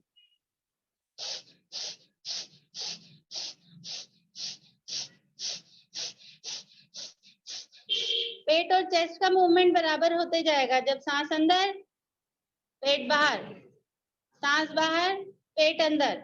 ये वेट लॉस के लिए बहुत अच्छा है, हमारे बॉडी के टॉक्सिन्स को सबको बाहर फेंक देता है, इसीलिए हमारा मन बाद में एकदम शांत महसूस होगा और फ्रेश ऑक्सीजन ज्यादा से ज्यादा अंदर हम ले पाएंगे। हमारी मेमोरी को बढ़ाने के लिए भी बहुत अच्छा है, और जितने भी नेगेटिव थॉट्स होते हैं वो सारे पॉजिटिव में कन्वर्ट होने लग जाते हैं। तो भस्त्रिका प्राणायाम जरूर करें। हार्ट पेशेंट्स को या आपको सीवियर स्पॉन्डिलाइटिस का प्रॉब्लम हो तो थोड़ा सा अवॉइड करना चाहिए। अगेन फिर रिपीट कर रही हूँ, अगर कोई हेल्थ इशू है, बिना एक्सपर्ट से कंसल्ट किए कभी ना करें। भस्त्रिका प्रैक्टिस कीजिए।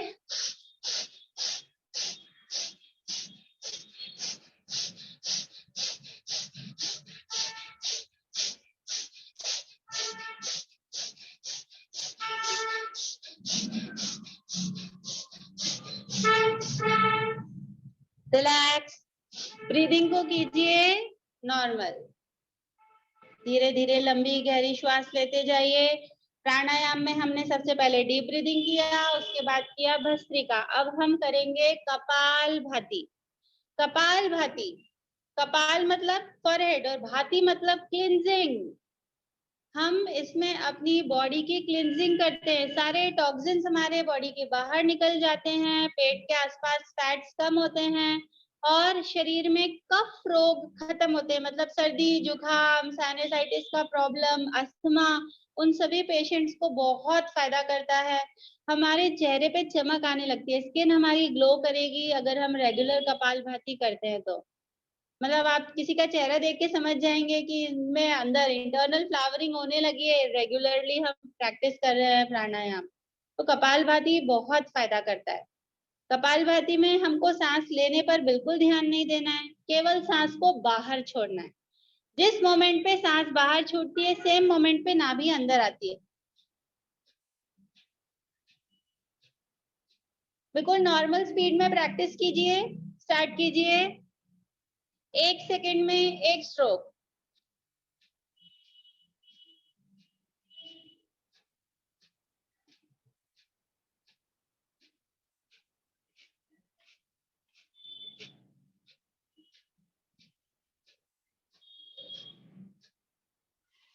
हमारी बॉडी में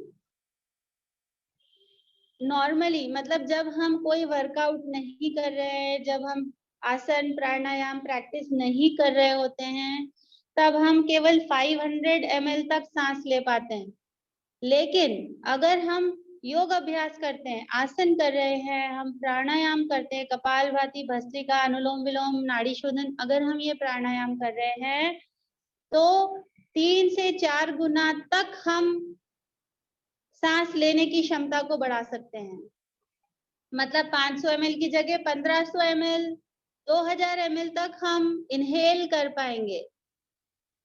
अभी कोरोना के दौरान बहुत इम्यूनिटी वीक जिनकी थी उन्हें प्रॉब्लम हुई है ना, ब्रीदिंग जिनका वीक था, लंग्स की कैपेसिटी कम थी, तो हम थोड़ा सा समझे इस बात को कि कैसे प्राणायाम से हमको फायदा मिलता है। नॉर्मली 500 ml हम सांस ले रहे हैं। अभी जब हमने आसन किए, बहुत सारे आसन में देखा हमने, चेस्ट कैविटी एक्सपैंड होती है ना, कॉन्ट्रैक्ट होती है, ब्लड सर्कुलेशन बढ़ रहा है, स्ट्रेचिंग हो रही है, इंटरनल मसाज हो रही है, वो सब चीजों से हमारा फिजिकल स्टेज ठीक होती है बॉडी की। अब प्राणायाम से हमारे लंग्स की ऑक्सीजन कैरिंग कैपेसिटी बढ़ रही है। मतलब लंग्स जो है वो स्पॉन्जी टिश्यू है। अगर हम इसको पूरा खोलें, लंग्स को पूरा खोल दें और बिछा दें, तो एक टेनिस कोर्ट जितना सरफेस एरिया होता है हमारे लंग्स का।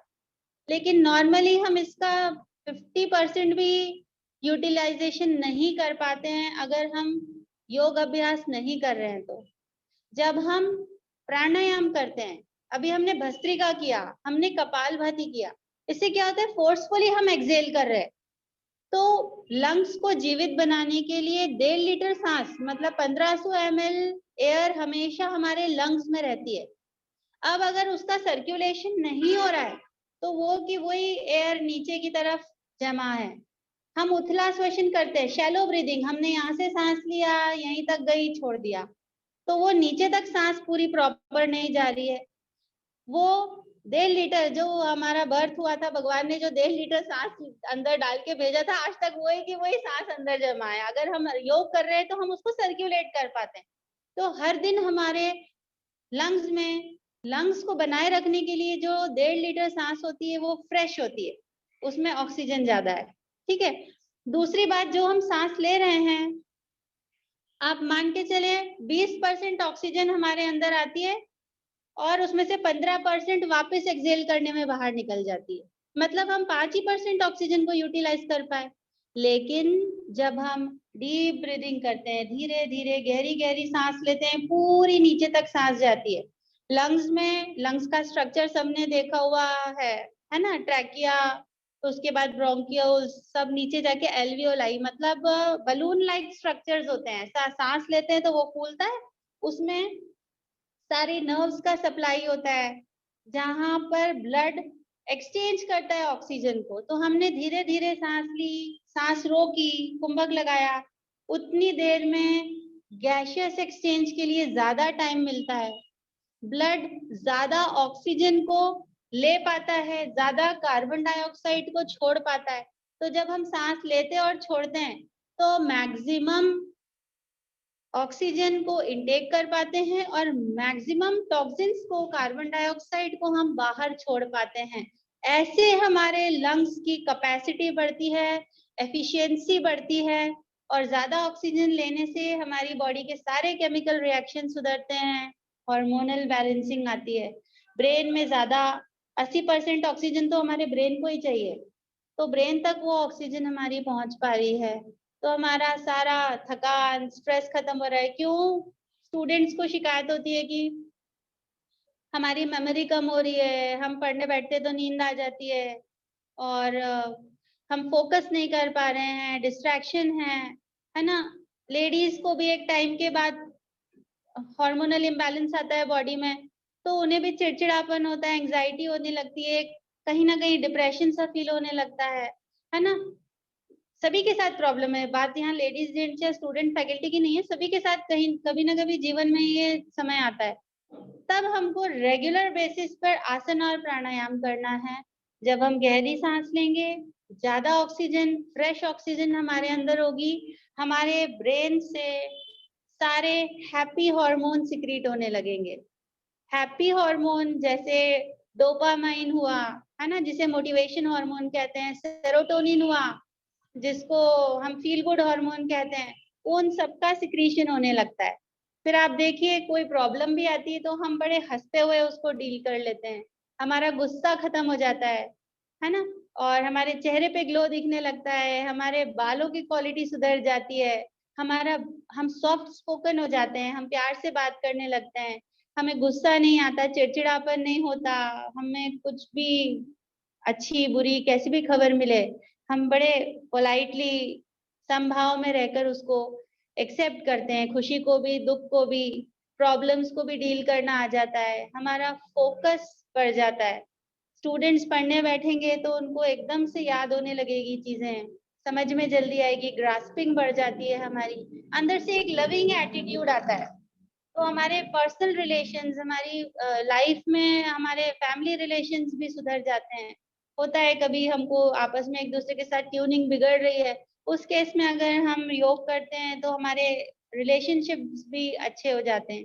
तो ऐसे बहुत सारे फायदे हैं, कोई बीमारी आएगी ही नहीं, आएगी तो छू के निकल जाएगी। जैसे घर में 2 दिन के लिए मेहमान आ जाते हैं, हम खातिरदारी करते हैं और फिर वो अपने घर चले जाते हैं, है ना, वैसे ही हम अपने प्रॉब्लम्स को डील कर पाते हैं। तो प्राणायाम का बहुत सारे बेनिफिट है। अभी हमने डीप ब्रीदिंग किया, भस्त्रिका किया, कपालभाति किया, अब हम एक बहुत इंपॉर्टेंट प्राणायाम करेंगे, नाड़ी शोधन प्राणायाम। ये हमारे सिंपैथेटिक और पैरासिम्पैथेटिक नर्वस सिस्टम को कंट्रोल करता है, मतलब हमारे ब्रेन के राइट और लेफ्ट दोनों ब्रेन को बहुत इंप्रूव कर देता है, उनमें बैलेंसिंग आ जाती है। कैसे करेंगे समझें, इसमें सांस रोकना नहीं है, केवल लेना है और छोड़ना है। पहली 2 उंगली फॉरहेड पर रखें, अंगूठे और रिंग फिंगर को खोलें और बंद करें। लेफ्ट साइड से सांस लीजिए, राइट से छोड़िए, राइट से वापस लें और लेफ्ट से बाहर छोड़े, तब एक राउंड होगा। ऐसा लगातार कीजिए। 5 सेकंड में सांस ली, 10 में छोड़ी, फिर 5 सेकंड में ली और 10 सेकंड में छोड़ी। प्रैक्टिस कीजिए।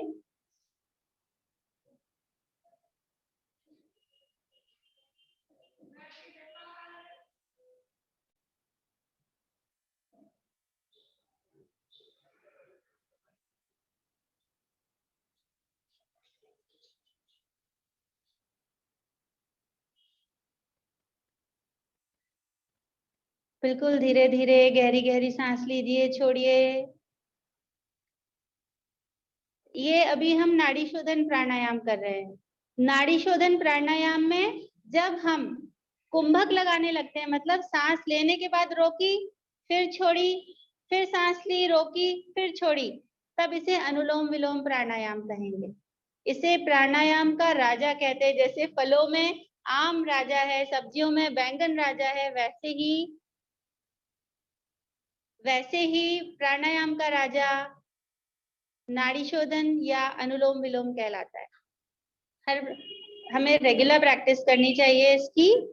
इसके प्राणायाम बहुत सारे होते हैं, अभी मौसम के हिसाब से करते हैं। अभी इस मौसम में जो हमें करना चाहिए वो हमने डिस्कस किए, और एक एक प्राणायाम और करेंगे हम, भ्रामरी प्राणायाम। ये मेनली हमारे ब्रेन के लिए है। हम कान का जो छोटा वाला पार्ट होता है, इसको ऐसे प्रेस करके कान को बंद कर लेते हैं ताकि बाहर की कोई आवाज अंदर ना आए, और सिंपली आंखों के ऊपर उंगलियां रखते हैं, आंखों को दबाना नहीं है। गहरी सांस लेंगे और भंवरे के समान गूंजन करते हुए सांस को बाहर छोड़ेंगे। एक राउंड में करके बताती हूँ, आप लोग भी प्रैक्टिस कीजिए।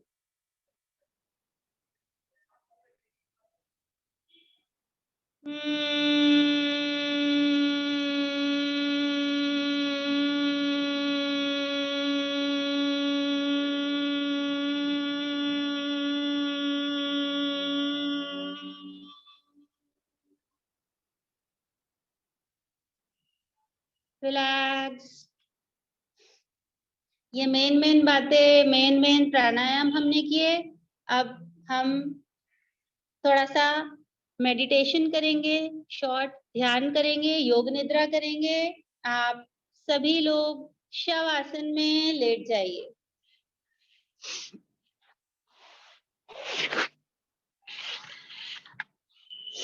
शव आसन में शरीर को पूरी तरह से ढीला छोड़िए।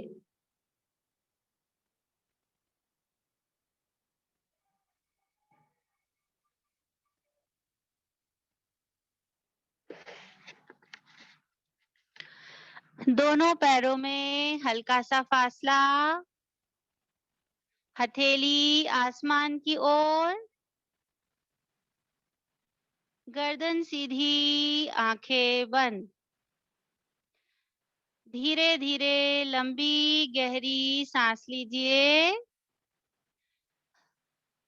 अगर आप मैम योग मैट जी मैम आपका वीडियो ऑफ हो चुका है। अच्छा,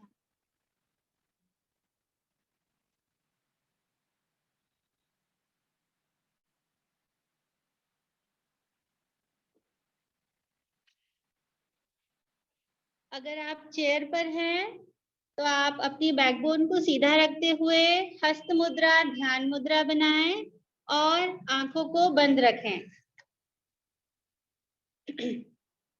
धीरे धीरे लंबी गहरी श्वास लीजिए और अपने शरीर के हर एक अंग को पूरी तरह से रिलैक्स कीजिए। अपने मन की आंखों से अपने राइट पैर के अंगूठे को देखिए और उसे ढीला छोड़िए। राइट पैर की उंगलियों को ढीला छोड़ें। पंजा, एड़ी, एंकल, काफ, नी, थाई और हिप को पूरी तरह से रिलैक्स कीजिए। अपने मन को ले जाइए लेफ्ट पैर की तरफ। लेफ्ट पैर का अंगूठा और उंगलियों को ढीला छोड़ें। पंजा, एड़ी और एंकल को रिलैक्स कीजिए। काफ मसल्स, नी, थाई और हिप को ढीला छोड़िए। दोनों पैर पूरी तरह से रिलैक्स हो चुके हैं। अपनी कमर को ढीला छोड़िए। पेट को ढीला छोड़ें। बैक को ढीला कीजिए। चेस्ट को रिलैक्स कीजिए। दोनों कंधे पूरी तरह से रिलैक्स। अपने मन को ले जाइए राइट हैंड की तरफ। राइट अंगूठे, उंगली, हथेली और रिस्ट को पूरी तरह से रिलैक्स कीजिए। कोहनी और आर्म को पूरी तरह से शिथिल कीजिए। गहरी श्वास लेते हुए अपने मन को ले जाइए लेफ्ट हैंड की तरफ। लेफ्ट अंगूठा और उंगलियों को रिलैक्स कीजिए। हथेली, कलाई, कोहनी और बाजू को रिलैक्स कीजिए। कंधों से नीचे पूरा शरीर एकदम रिलैक्स हो चुका है। अपनी गर्दन को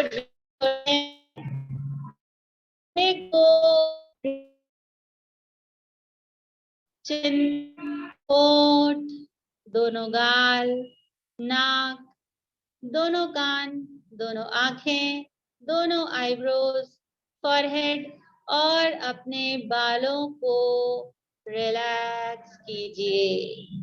सिर से लेकर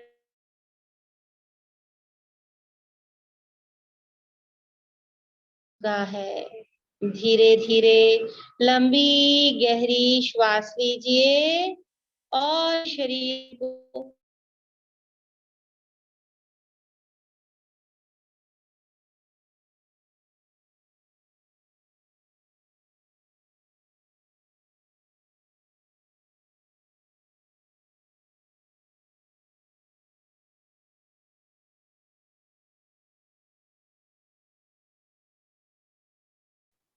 हरे भरे विशाल वृक्षों के बीच पतली सी पगडंडी से होते हुए आप एक विशाल पहाड़ पर चढ़ते जा रहे हैं। रास्ते में तरह तरह के पक्षी चहचहा रहे हैं। थोड़ी आगे जाते हुए आपको रंग बिरंगे फूल दिखाई पड़ते हैं।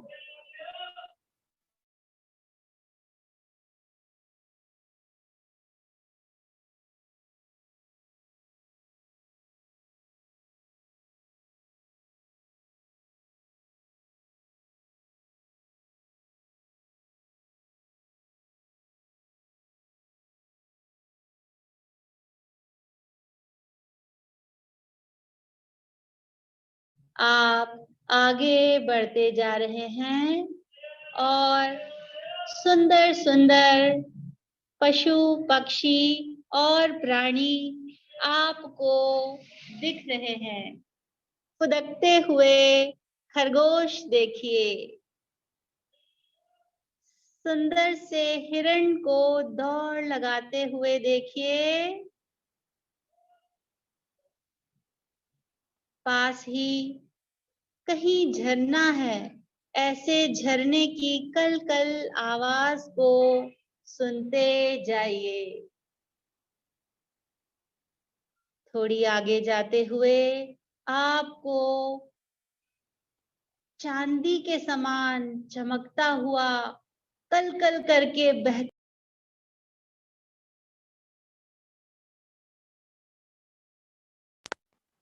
उस झरने का आनंद लीजिए और ऊपर बर्फीले पहाड़ों तक स्वयं को पहुंचता हुआ देखें। चारों तरफ विशाल पहाड़, बर्फ ही बर्फ, चांदी के समान चमकती हुई नीला आकाश, ताजी खुली हवा, ऐसा प्रकृति का सुंदर दृश्य मानो आप झूम उठे हैं। आपका मन प्रसन्नता के भाव से भरपूर है। अपने अंदर खिलखिलाहट को महसूस कीजिए। आज प्रकृति की गोद में स्वयं को मदमस्त माहौल में खुशियों के साथ झूमते हुए देखिए, नाचते गाते हुए देखिए। ठंडी ठंडी हवा, भीनी भीनी खुशबू, कल कल करके बहता हुआ झरना और पक्षियों की चहचहाहट। यही सुंदर दृश्य अपने शरीर के भीतर देखिए, अपने मन के भीतर महसूस कीजिए। जैसे हम उत्सव मनाते हैं, अपने परिवार से, दोस्तों से मिलते हुए हंसते हैं, झूमते हैं, नाचते गाते हैं, पार्टी मनाते हैं, वैसे ही आज अपने आप को इस प्राकृतिक सुंदर दृश्य में महसूस कीजिए। अपने शरीर के भीतर, अपने मन के भीतर इस प्रकार संगीत को बजता हुआ महसूस कीजिए। प्रकृति इस सौंदर्य को आपके भीतर से समेट रही है। आपका भीतर प्रकृति से इस सौंदर्य को समेट रहा है। एक कनेक्शन को महसूस करें। अपने अंदर सुंदर संगीत बजता हुआ महसूस कीजिए और गहरी गहरी सांस लेते जाइए।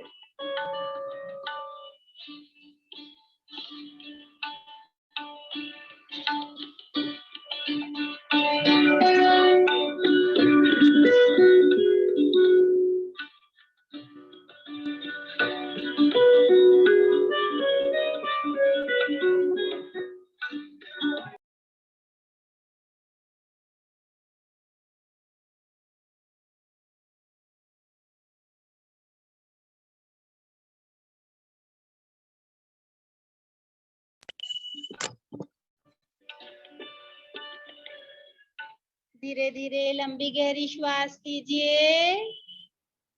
अपने शरीर को, मन को प्रसन्नता के भाव से भरपूर महसूस कीजिए। मन ही मन इस बात को दोहराइए, मैं पूर्ण रूप से स्वस्थ हूँ। शारीरिक, मानसिक और भावनात्मक रूप से स्वस्थ। मैं प्रसन्न हूँ, संतुष्ट हूँ, संतुलित हूँ और समृद्ध हूँ। मैं शक्तिशाली हूँ। मैं हर प्रकार के नशे से मुक्त हूँ। मैं ईश्वर भक्त हूँ और देश भक्त हूँ।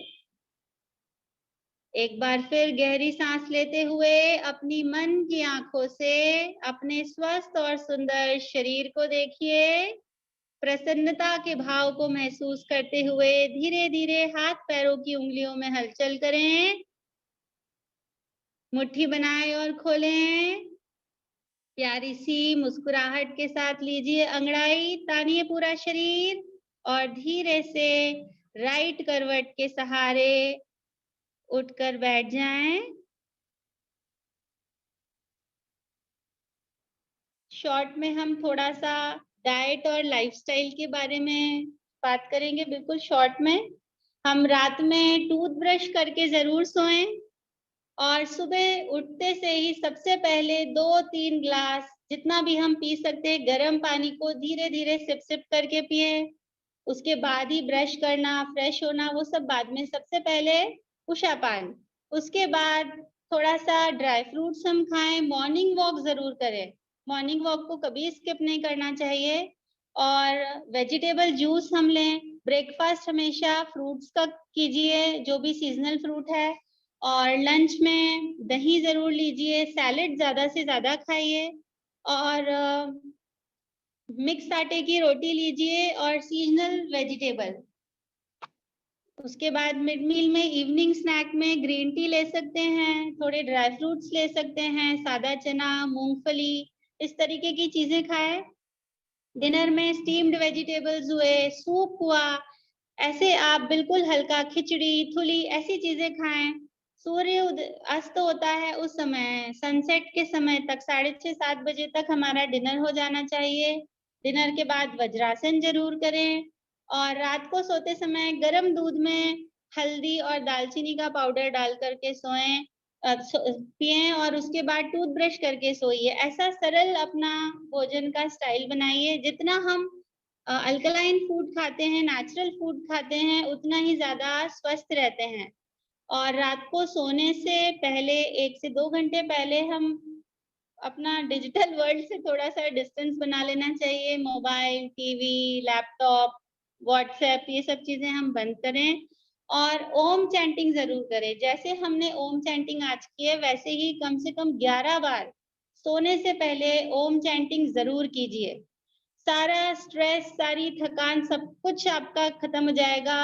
इंटरनल फ्लावरिंग होगी, एक पॉजिटिव ऑरा डेवलप होने लगेगा। जो आपसे मिलेगा वो खुश होने लगेगा। आप अपने खुश होने की बात कर रहे हैं, आप पूरी सृष्टि को खुश बनाएंगे।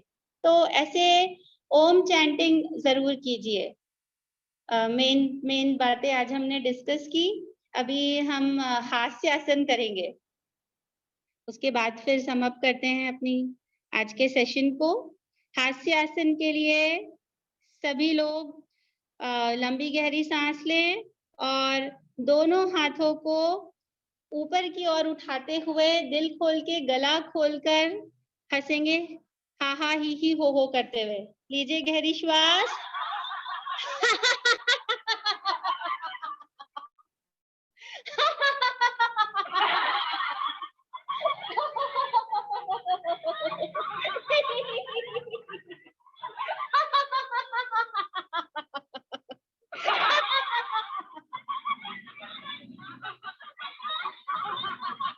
रिलैक्स, आंखें बंद रखते हुए अपने प्यारे हंसते हुए सुंदर से चेहरे को देखिए। लंबी गहरी सांस लीजिए। गुण न हो तो रूप व्यर्थ है, गुण न हो तो रूप व्यर्थ है, विनम्रता न हो तो विद्या व्यर्थ है, उपयोग न हो तो धन व्यर्थ है, साहस न हो तो हथियार व्यर्थ है, भूख न हो तो भोजन व्यर्थ है, होश न हो तो जोश व्यर्थ है, और यदि रोजाना योगाभ्यास न हो तो ये सेशन व्यर्थ है। इसलिए हम सभी को ये प्रण लेना है कि हम रोज योग अभ्यास करेंगे, हम रोज योग अभ्यास करेंगे और अपने आप को, अपने परिवार को स्वस्थ बनाएंगे, स्वस्थ समाज और स्वस्थ भारत के निर्माण में सहयोग करेंगे। Thank you so much. जय हिंद, जय भारत।